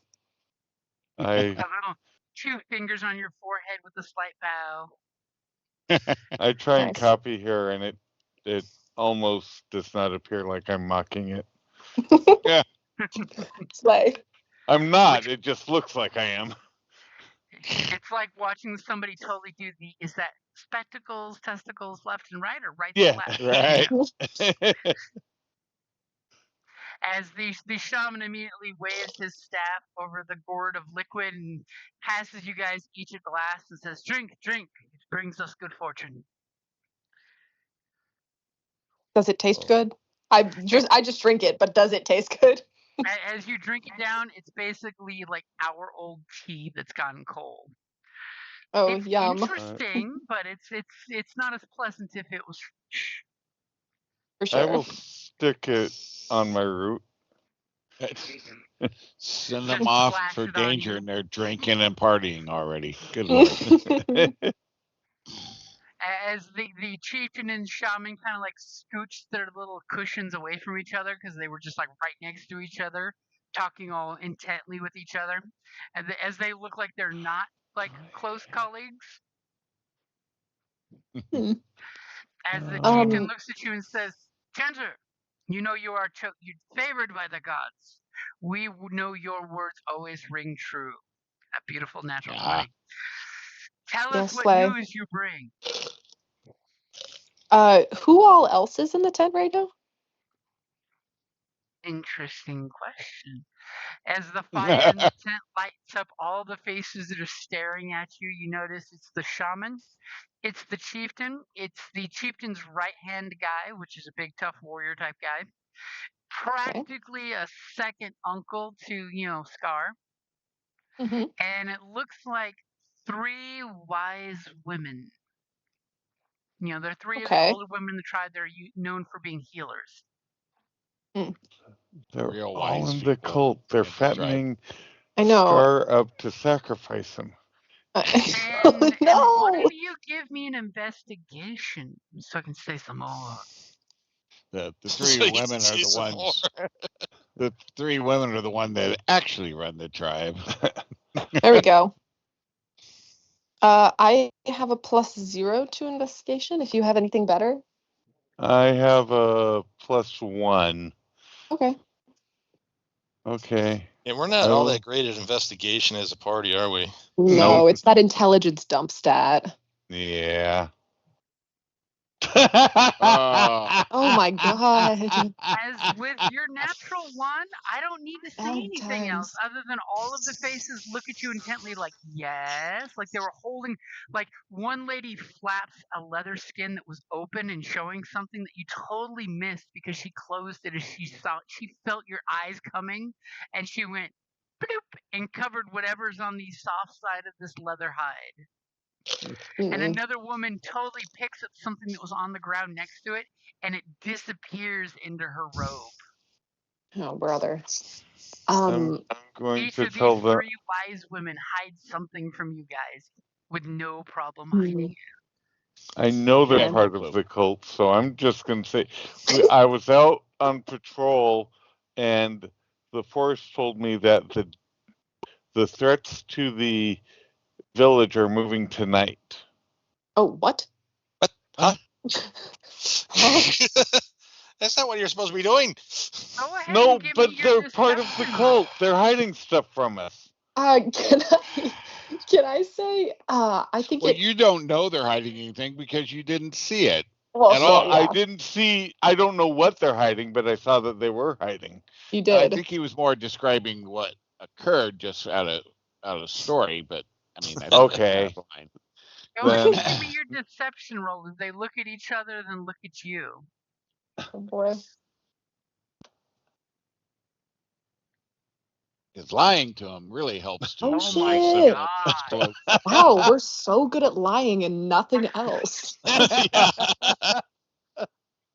An old hunter's tale. Okay, and immediately they're just like, they're attacking tonight? The trees told you this? And one of the No, old they ladies said there are trust in the threats. trees, they whisper true.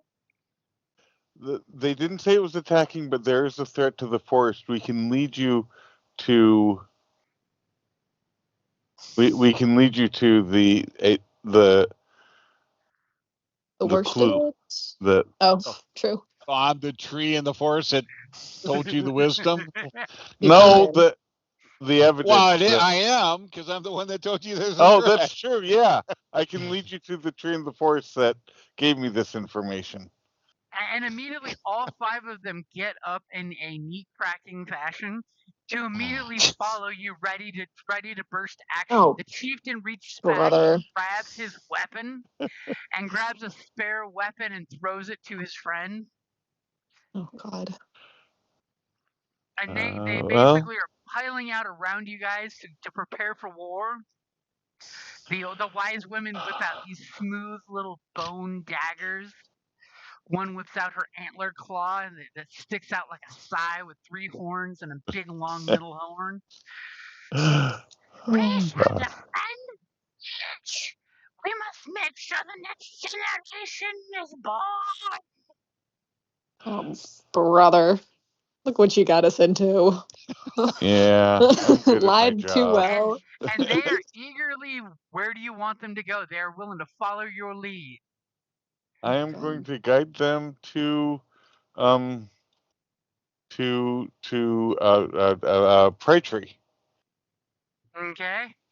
So immediately, Tree, you to like turn around, and all of a sudden, here's your 2 friends pop up, as well as basically the Elder Council.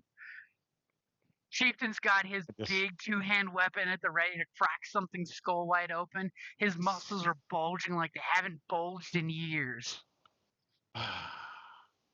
I'm like looking at them, then looking over at Scar, and like, what the hell? The ladies come out with stone flint daggers, and another one with antler horn ready to gank somebody.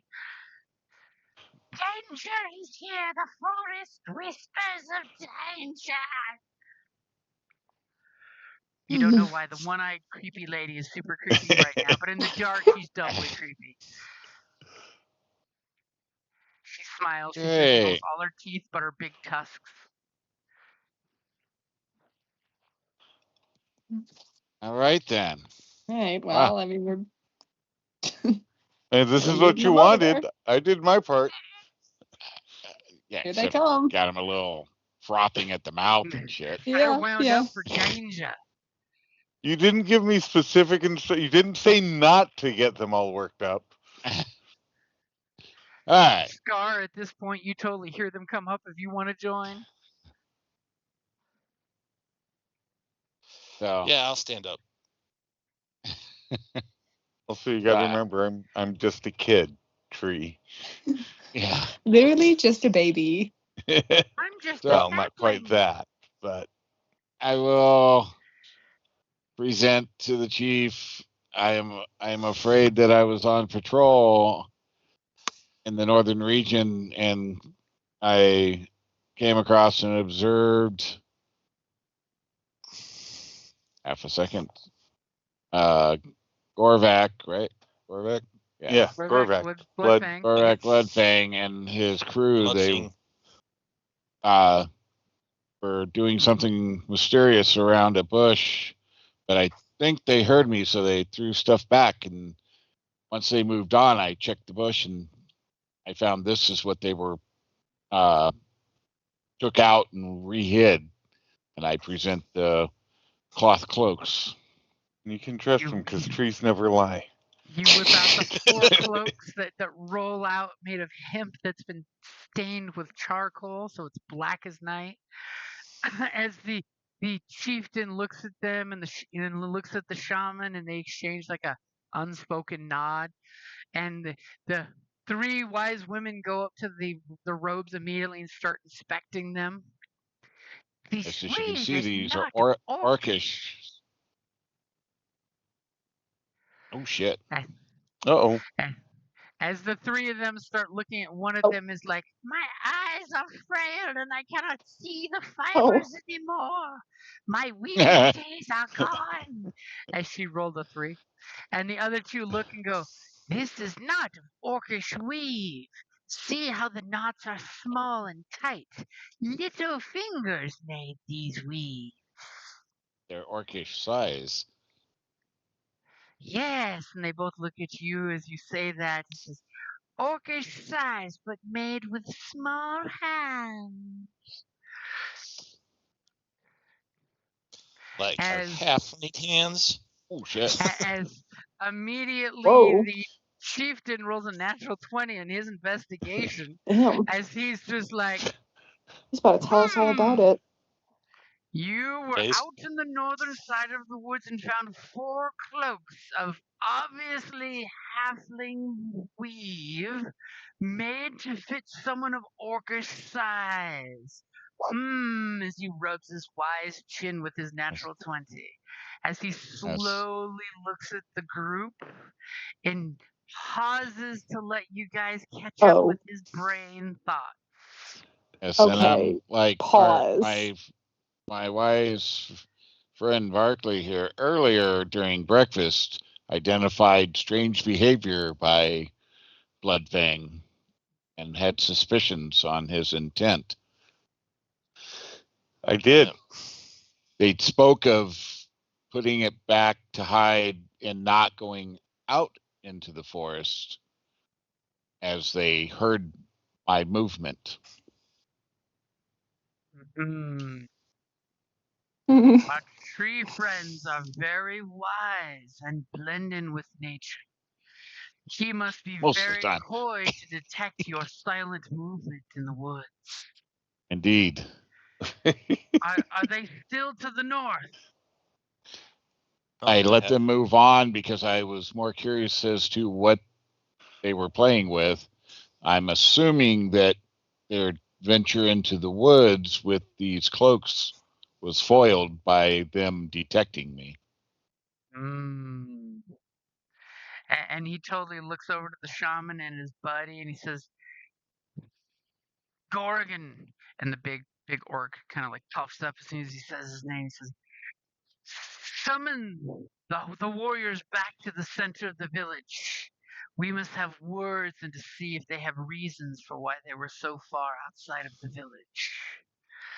And as soon as Gorgon turns back to the chief's hut, because hanging outside the hut is the big summoning horn, you know, he totally gets ready to grab the horn and blow on it. And just as he's about to blow, you totally hear the faint sound of your hunter friend's very lame tripwires as the wooden hollow sticks go clunk clunk clunk clunk clunk clunk clunk as something is on the eastern side of the camp triggering the alarm that's out there.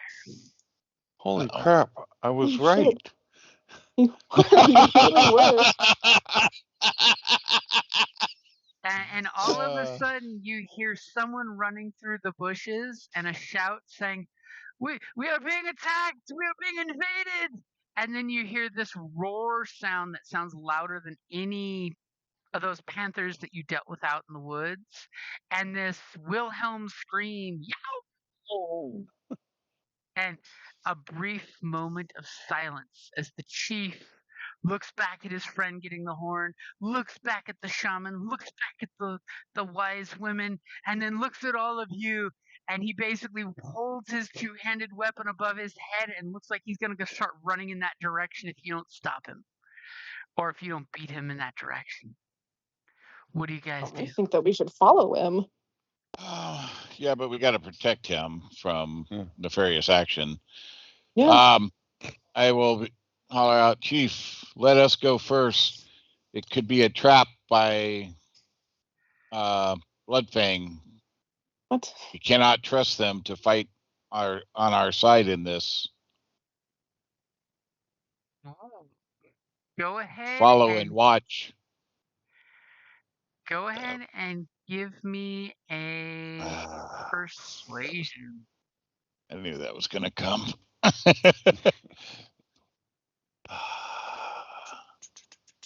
Persuasion. All right, this should be good. As you're like, Chief. Not as bad as I thought it might be. A for a solid -1. 11, and he looks at you, and he says, my tree friends, we shall go together. And he just throws his head back and just runs off to the east side. And I will move ahead of him because I moved 40. You do move 40. So everyone move yourselves over in this general direction.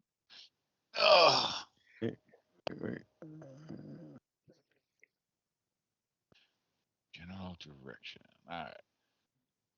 Zoom out some. Which direction are we heading towards?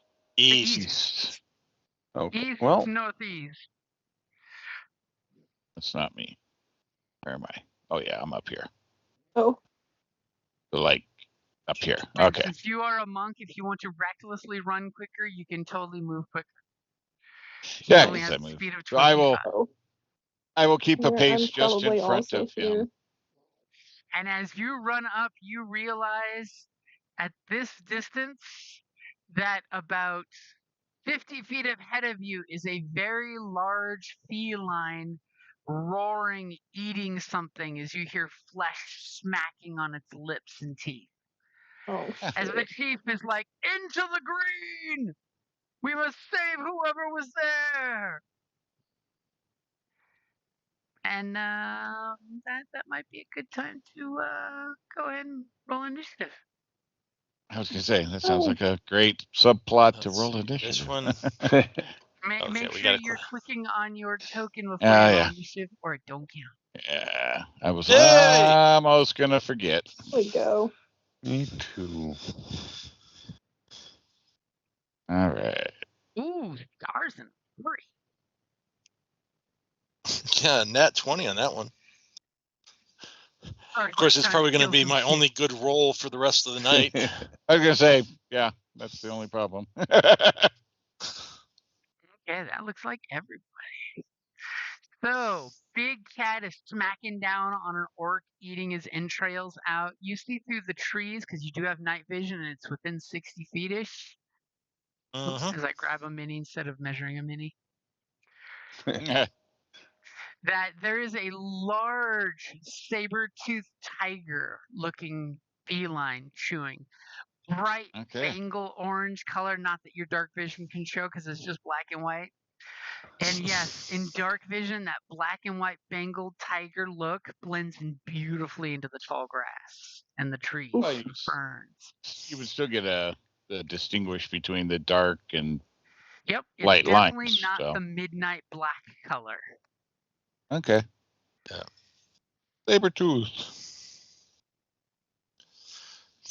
Do we have anybody colorblind here? Yeah. You all have dark vision. That's only black and white.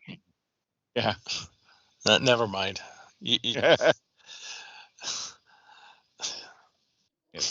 the dark, we are colorblind at the moment. Yeah. So what is Scar gonna do? Is he's leading his group into danger? As you hear the snap, snap, chew, chew. Charge! And Scar, what's your passive perception? Not that high. 11, I think. Yeah, 11. Okay. It's not terrible. It's not terrible. It's not high enough. But I will proceed cautiously, even though I'm charging. You're gonna charge recklessly, but with caution. Yep. Okay, so you go moving there, and you're within 20 feet of this thing as it is chewing the entrails out of one of your orc warriors. And I will throw a stone at it. Yeah. You're going to throw a throwing stone at it. As it's just busy smacking and just kind of like lazily lifts its head up with the liver slathering out of its mouth as it looks at you approaching. Oh, nice. Wow. 22 will definitely hit it.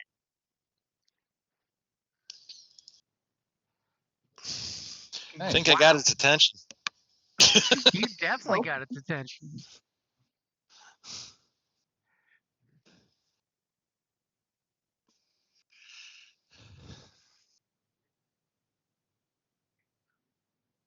And that will be the end of my turn. Okay, you throw your stone, it flies out and bonks it on the nose, and it sneezes and shakes its head, and it just curls back its lips with the two saber-toothed eye fangs just glistening with orc blood in the dark. It's allergic to stones. No. Yeah, most things are allergic to high-speed stones. Ballistic stoning. Okay, anything for your bonus action? Nah. I really don't have anything you got its attention. It's gonna probably focus on you unless something else happens. Pride Tree, what are you gonna do? We're gonna move up all casually like. All casually like. You just see the tree moving all slow, flopping the arms and legs forward, like only boneless tree limbs would. Yeah. I don't have any rocks to throw, so I'm just prepared to engage when he advances on Scar there. Okay, so you're ready in action, so when it comes up to inevitably eat Scar's face off, you can start unloading some monk foo. Exactly. I got my got the antler in my hand, my whatever they call it, the so stabby horn. Yeah. Your stabby, rippy claw thingy. You use stag style with the antlers in your fists. Yeah. Like battle size. Okay. And our chanter is up next. Okay. I think I'm gonna cast my new spell that I got, which is Fairy Fire. Uh-oh. Yeah. Very nice. You know, we can all see it already, but you know. Yeah, but it No, also but it gives gives a bonus. you. Yeah, any attack roll against an affected creature or object has advantage if the attacker can see it, and the affected creature or object can't benefit from being invisible. Which definitely come in handy with the new dudes. Yeah. And what does your fairy fire look like in this primordial setting? Oh, good question. I think that it's kind of like the light from the stars filtering down from the sky and then surrounding this creature. Ooh, so it's glowing with unnatural starlight. Yeah. And it has to make a dexterity saving throw, DC 13. Otherwise, all of that stuff happens. It made a 15. Man. Does it dive out of the way just in the last moment? Bummer. So if it's each object in a 20-foot cube is outlined in light, and then any creature in the area when the spell is cast is also outlined in light. Oh, when the spell is cast. So if I keep up concentration, will it have to make the saving throw again, or is that not how that works? If it stays in the area, it would. Okay, interesting. Or does, Then I mean, does I'll it say? keep up. What does it say about the saving throw? Yeah.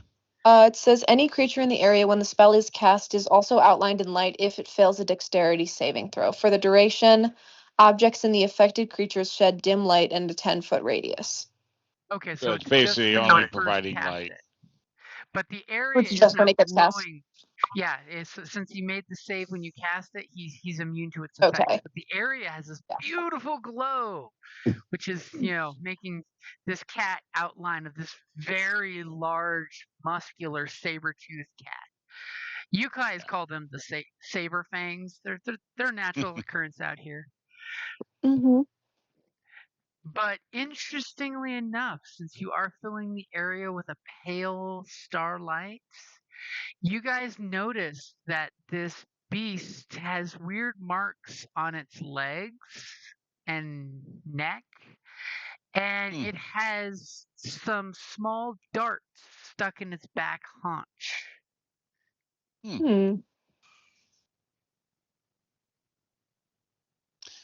Nasty little hobbitses.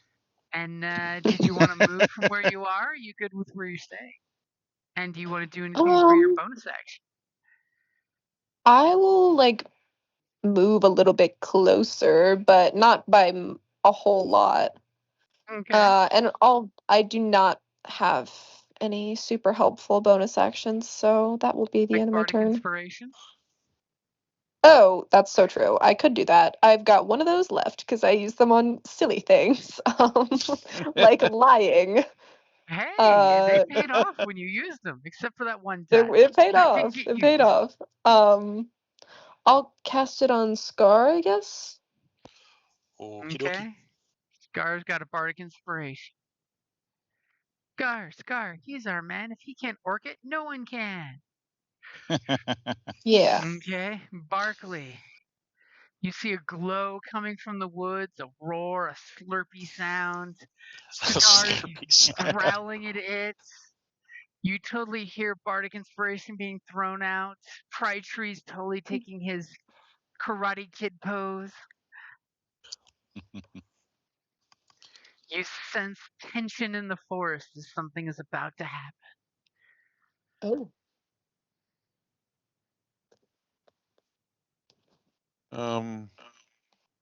Just like you predicted. Yeah. Not that I heard that, but that's okay. You know what? So it's got the spiky needle things in its haunches. Well, you can't quite see yet, but your friends in there totally notice it looks like throwing darts or blow darts in its butt. So something drove it this direction. Yeah. Oh, that's interesting. I didn't consider that. That's just Scar's paranoia. Yeah. So why don't I come up and I am going to tell Price Tree how to kick. Have some guidance on your next kick style, sir. Right. Now remember, that is a touch spell. Can you get up to him? Oh, can I get up to him? I can't. Yeah, I could. Not without running, but then you can't That spell, would right? Oh, that's Scar. That would be Scar, not me. Oh, so. Yeah. Can I go through it? Is there a tree close enough that I can tree step to him? Oh, yes, there is. How does your tree step work? The tree step, I run towards a tree and I blend into it. It kind of absorbs my essence, and then I run out of a tree within 500 feet just moments later. Just whoop, zoop. And then I tag him and guide him. You touch him on his tree side? Kick ass. Yes. Whoa, hey. Ooh, can I come out from him? He's a tree. He does not count as part of the mycelial network. Alien style burst right out of him. Right? Just phases out Hello, of me. my baby. Oh, Hello, my darling. Hello, my red. It started out so innocent and then got weird so quick. Yeah, pretty much. Anyway. Okay. So you slap him with some guidance. The forest spirits will totally guide his actions. He's all like, "Get him! Don't die. This cat's bigger, but there's only one of them, so that's great." Okay. You can do it. No, that's... And as you do that, it's the cat's turn. As the cat just looks up from the orc it's eating and kind of is really pissed at Scar for bipping it on the nose with a rock. I just booped it. I don't see why it's upset. 5-course meal right here. I mean, I was throwing nuts. So close. You're just inside. It's 20 foot of cool pouncy thingy majiggy. It does a really cool thing if you are further away. Instead, it's just gonna saddle over the orc and totally fall into your trap with its basic animal intelligence and walk up to attack Scar. Now, the second it does, somebody has a held action there, right? See. Indeed. So go ahead and do your thing. All right. I am going to stabby stab with the antler claw. Oh, that's damn. a 20 hit. Ooh. 20 will hit. And how about 7 points? I'm seeing a consistent number. 7's coming up. Yeah. Sure, I'm glad I gave you that guidance. And then as a bonus action, I will take a hen chop. Hiya! Or a kick. I was told to kick. I will kick as a bonus action as part of my martial arts. Oof. Oh. Ooh. I guess the inspiration doesn't help that none. It's still a natural 1. I know. As you swing and you get kind of caught up in some stuff, as you totally fall to a knee. At least you're not prone. Oh. But he still concentrated on you. It was just a little prick. The tree stabbed him. It feels like a thorn in the bush. Hey, a branch caught him. Yeah. I am a tree. And right before it bites you, you realize it's not moving as quickly and deadly as it should as a cat. You're almost disappointed in its attack as being slow and telegraphed. So it's been poisoned too. It brings those teeth down on you. Will a 14 hit you? No. Damn. It like no, it will not. The 15 won't have either. Show off. Well, I'm the only one wearing armor, so. Well, yeah. As you block those big, massive saber-tooth fangs, this little paw comes up and bits the side of your leg. Will an 18 hit you? Yes, sadly. As it slices your my leg goodness. open for 13 points of damage. That hurt.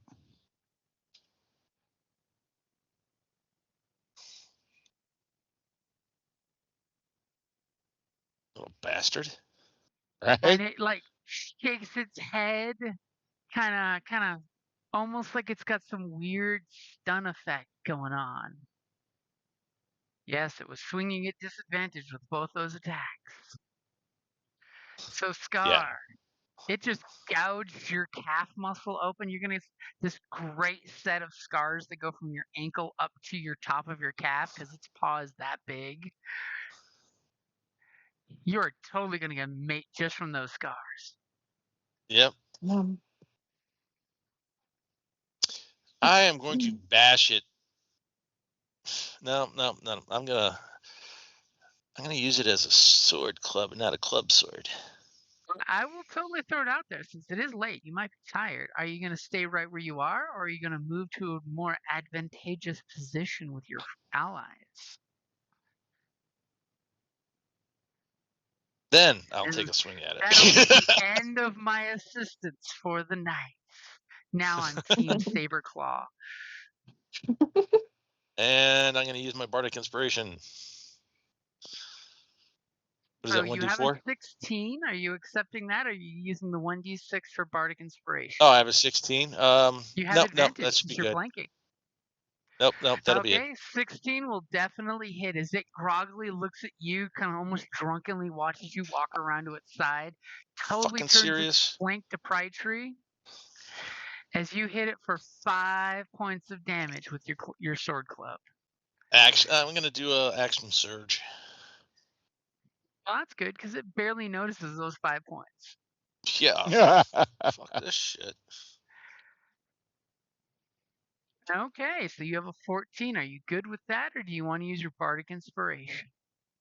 I'm going to use a Bardic Inspiration just in case. Yeah, okay. You might be right at that edge. Is that 1d4? That's 1d4, right? That's 1d6. 6. Bardic, yes. Okay, 16. so 16 will totally hit. That's better. And that's a good number. As you hit it with that second attack, and this thing like just spews blood that splatters on Pry Tree, as it is definitely wounded at this point.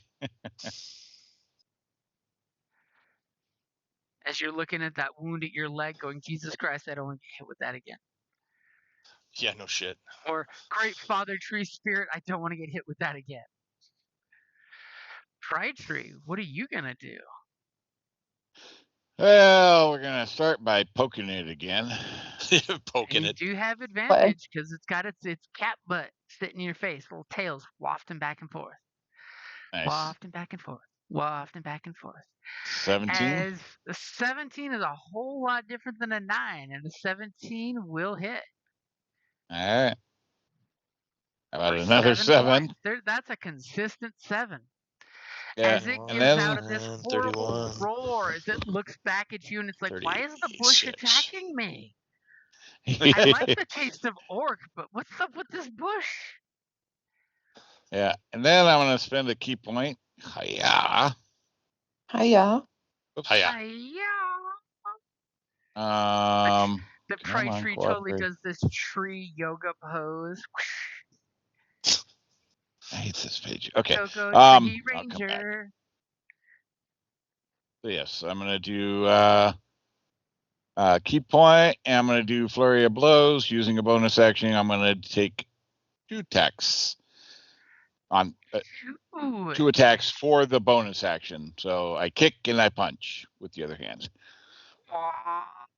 Also, the saber-toothed tiger looks back and goes, I don't know where those blows just came from. Yep. Saber so thing, first attack, 16 hit work. 16 will hit. And that's for 6 points. 7 streak. Okay. It gives out a yowl as you strike, and you hear it's like chip pop with some horrible sound that should not be happening to the body. Yeah.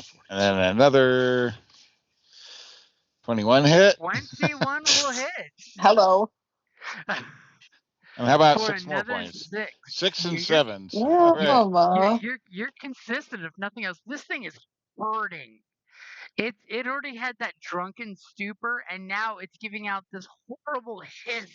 You know, like when you step on a cat's tail and it likes you enough that it doesn't rip your leg off, and it just gives that deep growl, gurgled hiss that, you son of a bitch, the bush is eating me. Sentient bush. And are you still good with being, knocked prone?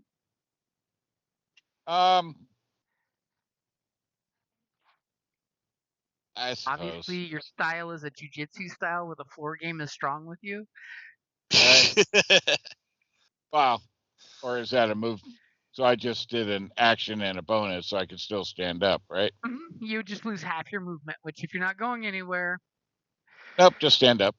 might as well not give him advantage to attacking you. Yep, I kip up. Okay, the bush stands up magically on its own as everyone, including the cat, goes, fuck! This makes no sense. This is what madness feels like. And now the cat is seriously regretting some decisions it made. As it is giving very pained sounds, like this yow, ow. All right, need a new fur coat. as our chanter, who's keenly looking at this saber fang that is not doing too well on the backside of its body. It's got some gouges on its chest. Its backside is all beat to hell. The tail's kind of twitching, kind of the broken tail flick. This was the only, the east side was the only place that we got an alarm from, right? Correct. That was the at only this place point. one of the tripwire alarms went off. Okay, cool. I'm gonna cast Dissonant Whispers. Yes. Yeah. So it has to make a Wisdom saving throw. Yeah. DC 13, so my spell save. It rolls a 9. Okay, so it has to take 3d6 psychic damage and must immediately use its reaction, if available, to move as far away as its speed allows away from me. I love that spell. Yeah, it's a good one. Okay, here, I'll roll damage. Oh my gosh, okay, wow. Fucking 15. Ouch. Insane roll. Yeah. So, since you did 9 points more than was needed, what does it look like when you explode this thing's brain out its ears? Ooze comes out I his ears think- and nose. I think that she just makes it understand what it feels like to be a prey animal, and it just, you know how like sometimes like birds or mice can like die of fright because like their heart beats too fast or something like that. It's like that. Rabbit beat and then you just flatline. Mm-hmm. And this thing gives out this horrible roar, pitiful sound as it jerks its head, and you guys just see it drop. The feet just go out and it drops dead on the spot. Little blood coming out of each of its ears. Nice. Just as the chief comes bursting through the tree line. He wasn't here for that whole thing. I grab one of the darts. He saw just enough of the awesomeness. That's hilarious. Before the chief sees Scar, I say, "Hey, Scar, get well soon." and heal him. Oh, I was going to do Scar, second wind, your but leg's falling off. Let's fix that. Let's not get you into more. Oh, nice. That's not bad. You get 8 hit points back. Still have a really nice scar there. But you're not going to get grounded again. And another 5. I am back to normal. Are you using your second wind? Yep.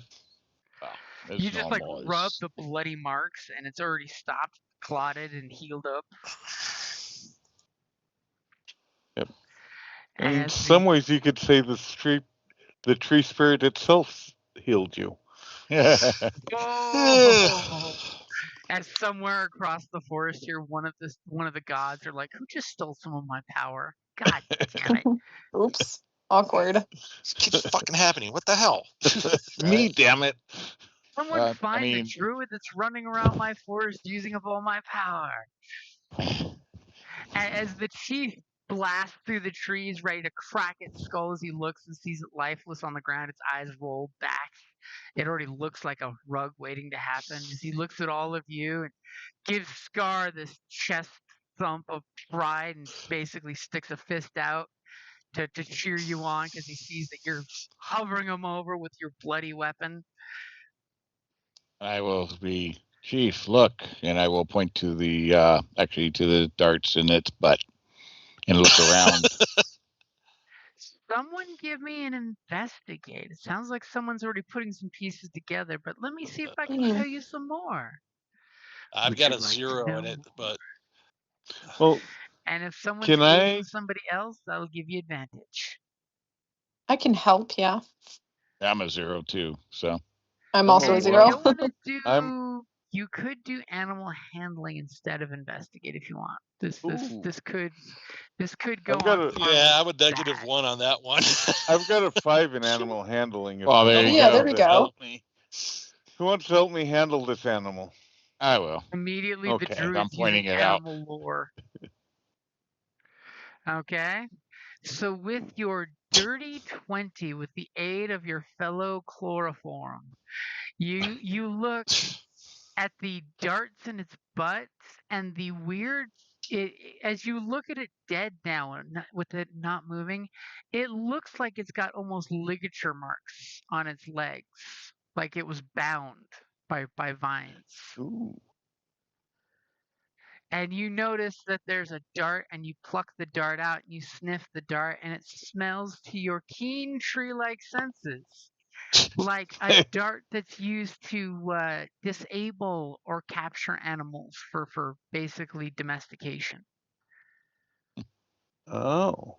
You've So noticed that some of the hunters will use this to make pets of animals. Obviously, this this is animal not a was a pet. captive. Yes, but is that a orc made dart? Can I do a medicine check? Oh no, Someone give me a history check. that's not me. Well, I've only got a I 1 in will give an history. Or orc 2. advantage. Okay, well, With 19. a 19 Oh, shit, Scar, okay. you know for a fact that that is an orc-made dart. It's one of ours. As your uncle looks at you and the dart your friend is holding, as you point out that that looks like one of our darts used to subdue beasts, and he scowls at that, and he kind of drops his weapon right next to the head of the saber fang, and walks over to inspect the dart. If you'll hand it to him. Okay, that's just funny. Wonder Tree powers activate. Yeah. And just as Scar points out that that's one of our darts, over in the corner here, the Bloodfang crew comes bursting out of the trees with their weapons at the ready and go, ah, as they jump through the bushes, and then they see the beast dead at your feet. Obviously here to reinforce you guys and help. Of course. Of As course. their orcish brows are sweaty from running through the forest. As they kind of pause for a moment, realize the chieftain and Scar and Pride Tree must have taken this beast out. As they all kind of take a breather and look, he looks over at the chieftain and says, "Chieftain, I'm glad you are unhurt. Scar, I am not surprised. And he looks and sees the blood but no wound. He says, You are unwounded. Good, good."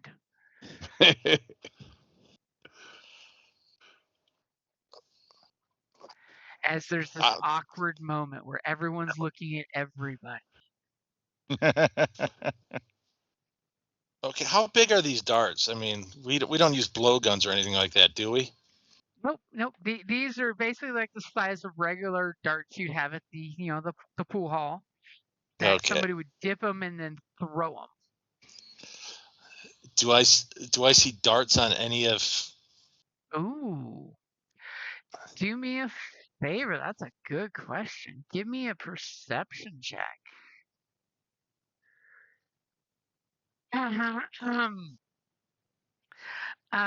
So You do, in fact, see on Talon, one of the warriors, he has a small pouch that looks like it contains the goop you would put on darts, and he has 2 darts on both sides of the pouch. And he has an identical pouch on the other side of his belt that is missing the 2 darts. I will point that out to my uncle. Ooh. And accuse them of sending this thing towards the village. Ooh. And on immediately, purpose. the chieftain is rolling another natural 20 on his 20 roll, because apparently it's the one thing he apparently is good at for investigating. Yeah, wow. As you point out the darts missing, the dart, and the chieftain who's like ready to put his foot on the head of this saber fang and say, my nephew and his friends did well. We will feast well tonight. One of us gets a new coat. And you point that out to him. And he immediately, his eyes are the angriest Scar has ever seen. As you just see him connect the dots immediately, that your friends point out that this beast was bound and drugged and sent this way, and these guys show up right after the beast has been felled, coming from the direction the beast came from. Yep. And the fact the guy is missing 2 darts and there's 2 darts in the ass of this beast, and the fact that you're his nephew, so you're pretty much beyond reproach, for the most part. Except you can't be trusted to stay in your damn bunk. As he looks at Scar with the most anger you've ever seen in his face. As he looks at you and snarls, pointing his left hand at Bloodfang and his little group of retainers, and shouts at you to kill the traitors who tried to butcher their blood. Nice. And all of a sudden, Bloodfang's crew, like 2 of them immediately throw their weapons down and like drop to their knees. The other 2 and Bloodfang look at you and they basically ready their weapons. As the chieftain is giving you clear and concise, murder the traitors. The ones that have surrendered, you probably think you probably don't want to murder because they have surrendered, so it would be bad form. And just as you guys are about to roll initiative, that's a good place to wrap it up there. I knew it. Yeah, I mean, it is. Stopping in mid-fight kind of sucks. It's another 40 minutes.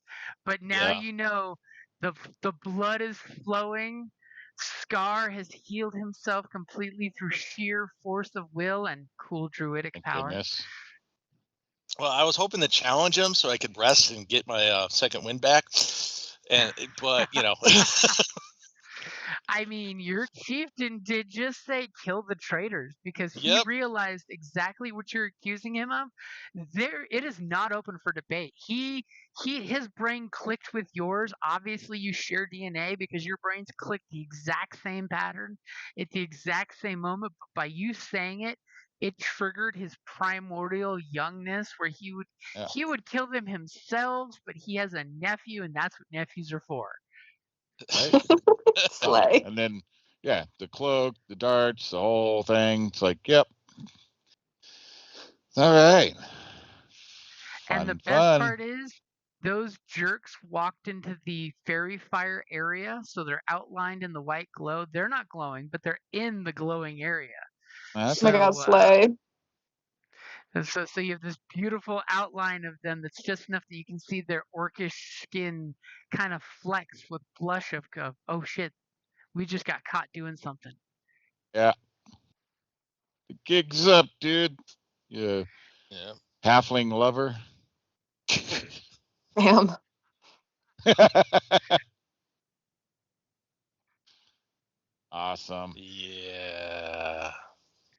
Yes, Get there's start gonna off be orc butchering. blood spilled. Start You with guys are excitement.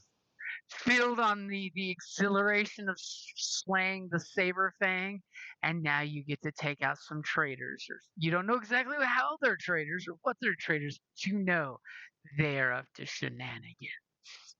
Damn straight. They're traitors. All that matters, they betrayed the tribe.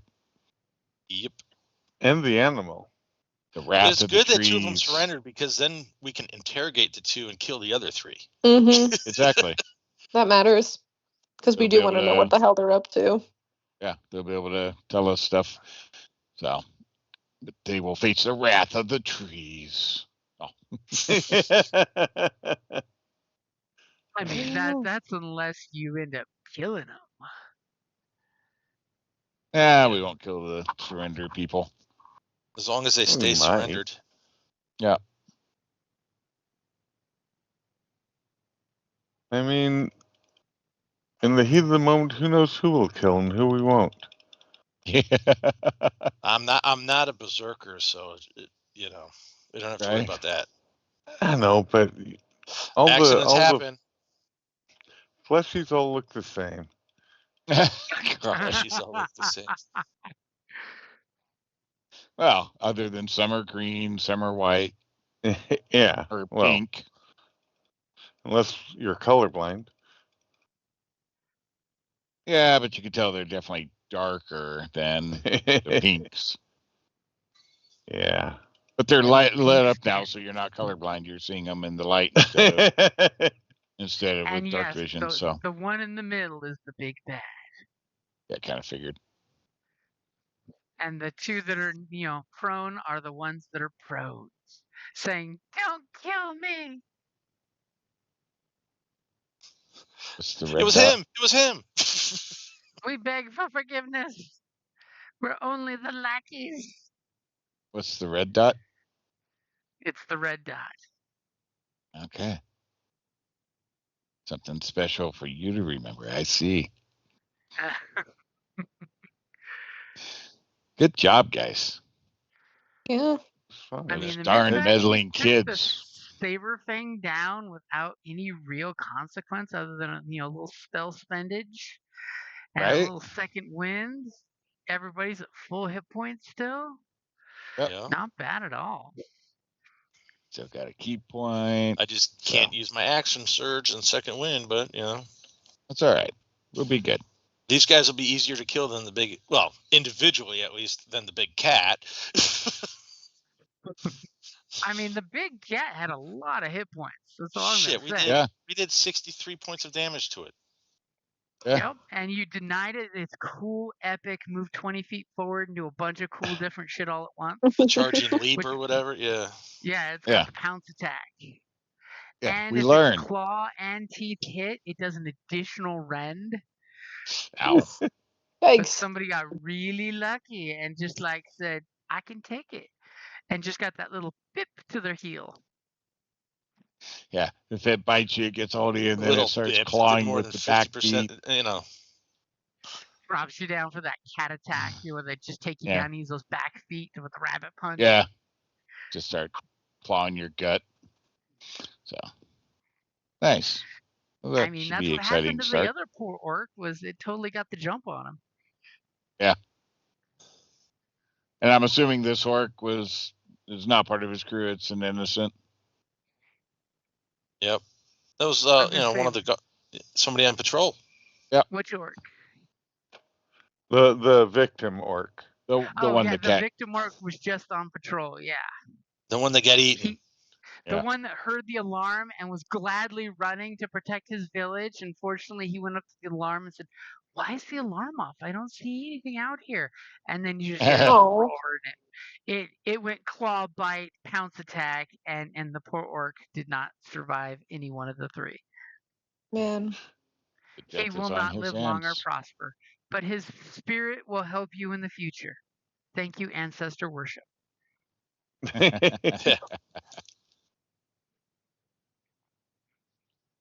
Cool. Good job, all. Yeah. Thank you. Those damn meddling kids were foiling the plot. You meddling orc and tree kids and God-touched kids. Right. And everybody's good for the 14th? Yeah. Sure. That's in 2 weeks. Wait, Oh, 14th? no, it's still showing. Oh, that's a Week of Monday. April. Yeah, I'm good for Monday. Yeah, I was looking, going, wait a minute, that's like a Friday. It's like, no, that's good. Wrong month. Yeah, I know. I had to scroll down. Oh, And then we I'm got to good. worry about the dreaded April Fools in 7 minutes. Right? No. Yeah. I'll be good. I'll be back from Phoenix Sunday night. So, okay. Nice. Are you going to Phoenix on the 13th? I will be up in Phoenix on the the 10th through the 13th. Coming back on the 13th. That might affect our Symbaroum game that's happening on the 13th. Oh, probably not. I should be back in the morning. You should or be back heading by back in the 3-ish? morning. Okay. Yeah, because I'm meeting a Marine buddy up there. He's leaving on the 13th to head back to Oklahoma, so I'll probably be out. While you can. Yeah, I'll be out and back by 3. And I'll totally snitch you out and say happy belated birthday. Oh, no way. Thank you. When was it? Saturday. Oh, happy birthday. Thank you. Yeah. Getting old. There's a lot of birthdays in a short period of time. Yeah, March is a pretty volatile birthday month. Well, the most common month for birthdays is September, but yeah, from the winter, nothing better to do. It's cold. Those winter whiteouts, you got to stay warm. Can't go out. Got to find something else to do. Yeah. It's quicker than Monopoly and cheaper too.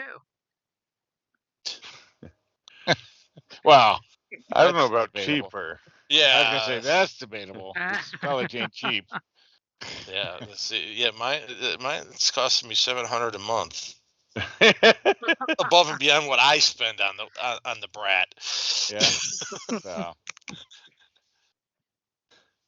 Oh, she makes up in cuteness. Yeah. Yeah. Yeah, but how long can that last? She's 13, so yeah. She'll make up for it in 40 years when she's the retirement plan. There you go. I'll be dead in 40 years. Yeah, if she's 13, the cuteness is going to run out. Oh, it's running out already. From experience, yeah. Those angry teen years. Yep. Okay. All right. Wonder Tree powers activate. God. Skype is retiring in May of 2025. Yeah. Yeah, we're going to have to move it over to Discord. Oh, that's fine. Yeah, whatever that looks like. That's better than Teams. True that. Well, I mean, again, I've never had problems with Teams, but that's for like conferences and stuff, not just, yeah. I mean, the sound quality is usually pretty good. Now, the question is how this carries over to that, but I haven't played with that yet. Yeah, I haven't done the Again, changeover yet. I got something saying I need to export everything over to Teams, and I'm like, ugh. Yeah, supposedly if you import it, it'll take all your contacts with you, but that's if everyone does the import and sticks on Teams. Yeah. In this day and age, we have access to Discord, which probably uses less resources on your computer. Oh yeah, no, Teams is not a Teams is a memory hog. Yep. Yeah. Well, you're the recorder, Microsoft. So it's up to you, man. Yep. As long as we are streaming on Twitch, either works. Unfortunately, only Skype was able to do just audio. So I'm going to have to find for some of the games we do just audio on to find out how am I going to record that now. Probably use OBS and just do as an MP4 and then have to do the whole converted over thing, which is more work, but totally worth it. Yeah. Cool. When the option is to game or not to game, it's totally worth it. Right? Exactly. Yeah. Exactly. So, all right. Well, I'm gonna let you guys go. I gotta get up and work. Yeah. Have a good to night, get up guys, work, and remember, do not believe in Facebook tomorrow. You're right. In Oh, 2 jeez. minutes, Facebook is Oh going to my be the God. biggest lie ever. Yep. Let's hope It's the the April biggest lie Fools ever to don't begin roll. with. But Let's hope the April Fools don't roll deception rolls like you guys did tonight. Christ. Don't trust anybody like you normally don't. So it's all good. Trees don't lie. Everyone knows that. What's Right? this? So, yeah. Okay. All All right. later, Bye. guys. Hey, yeah, later. Bye.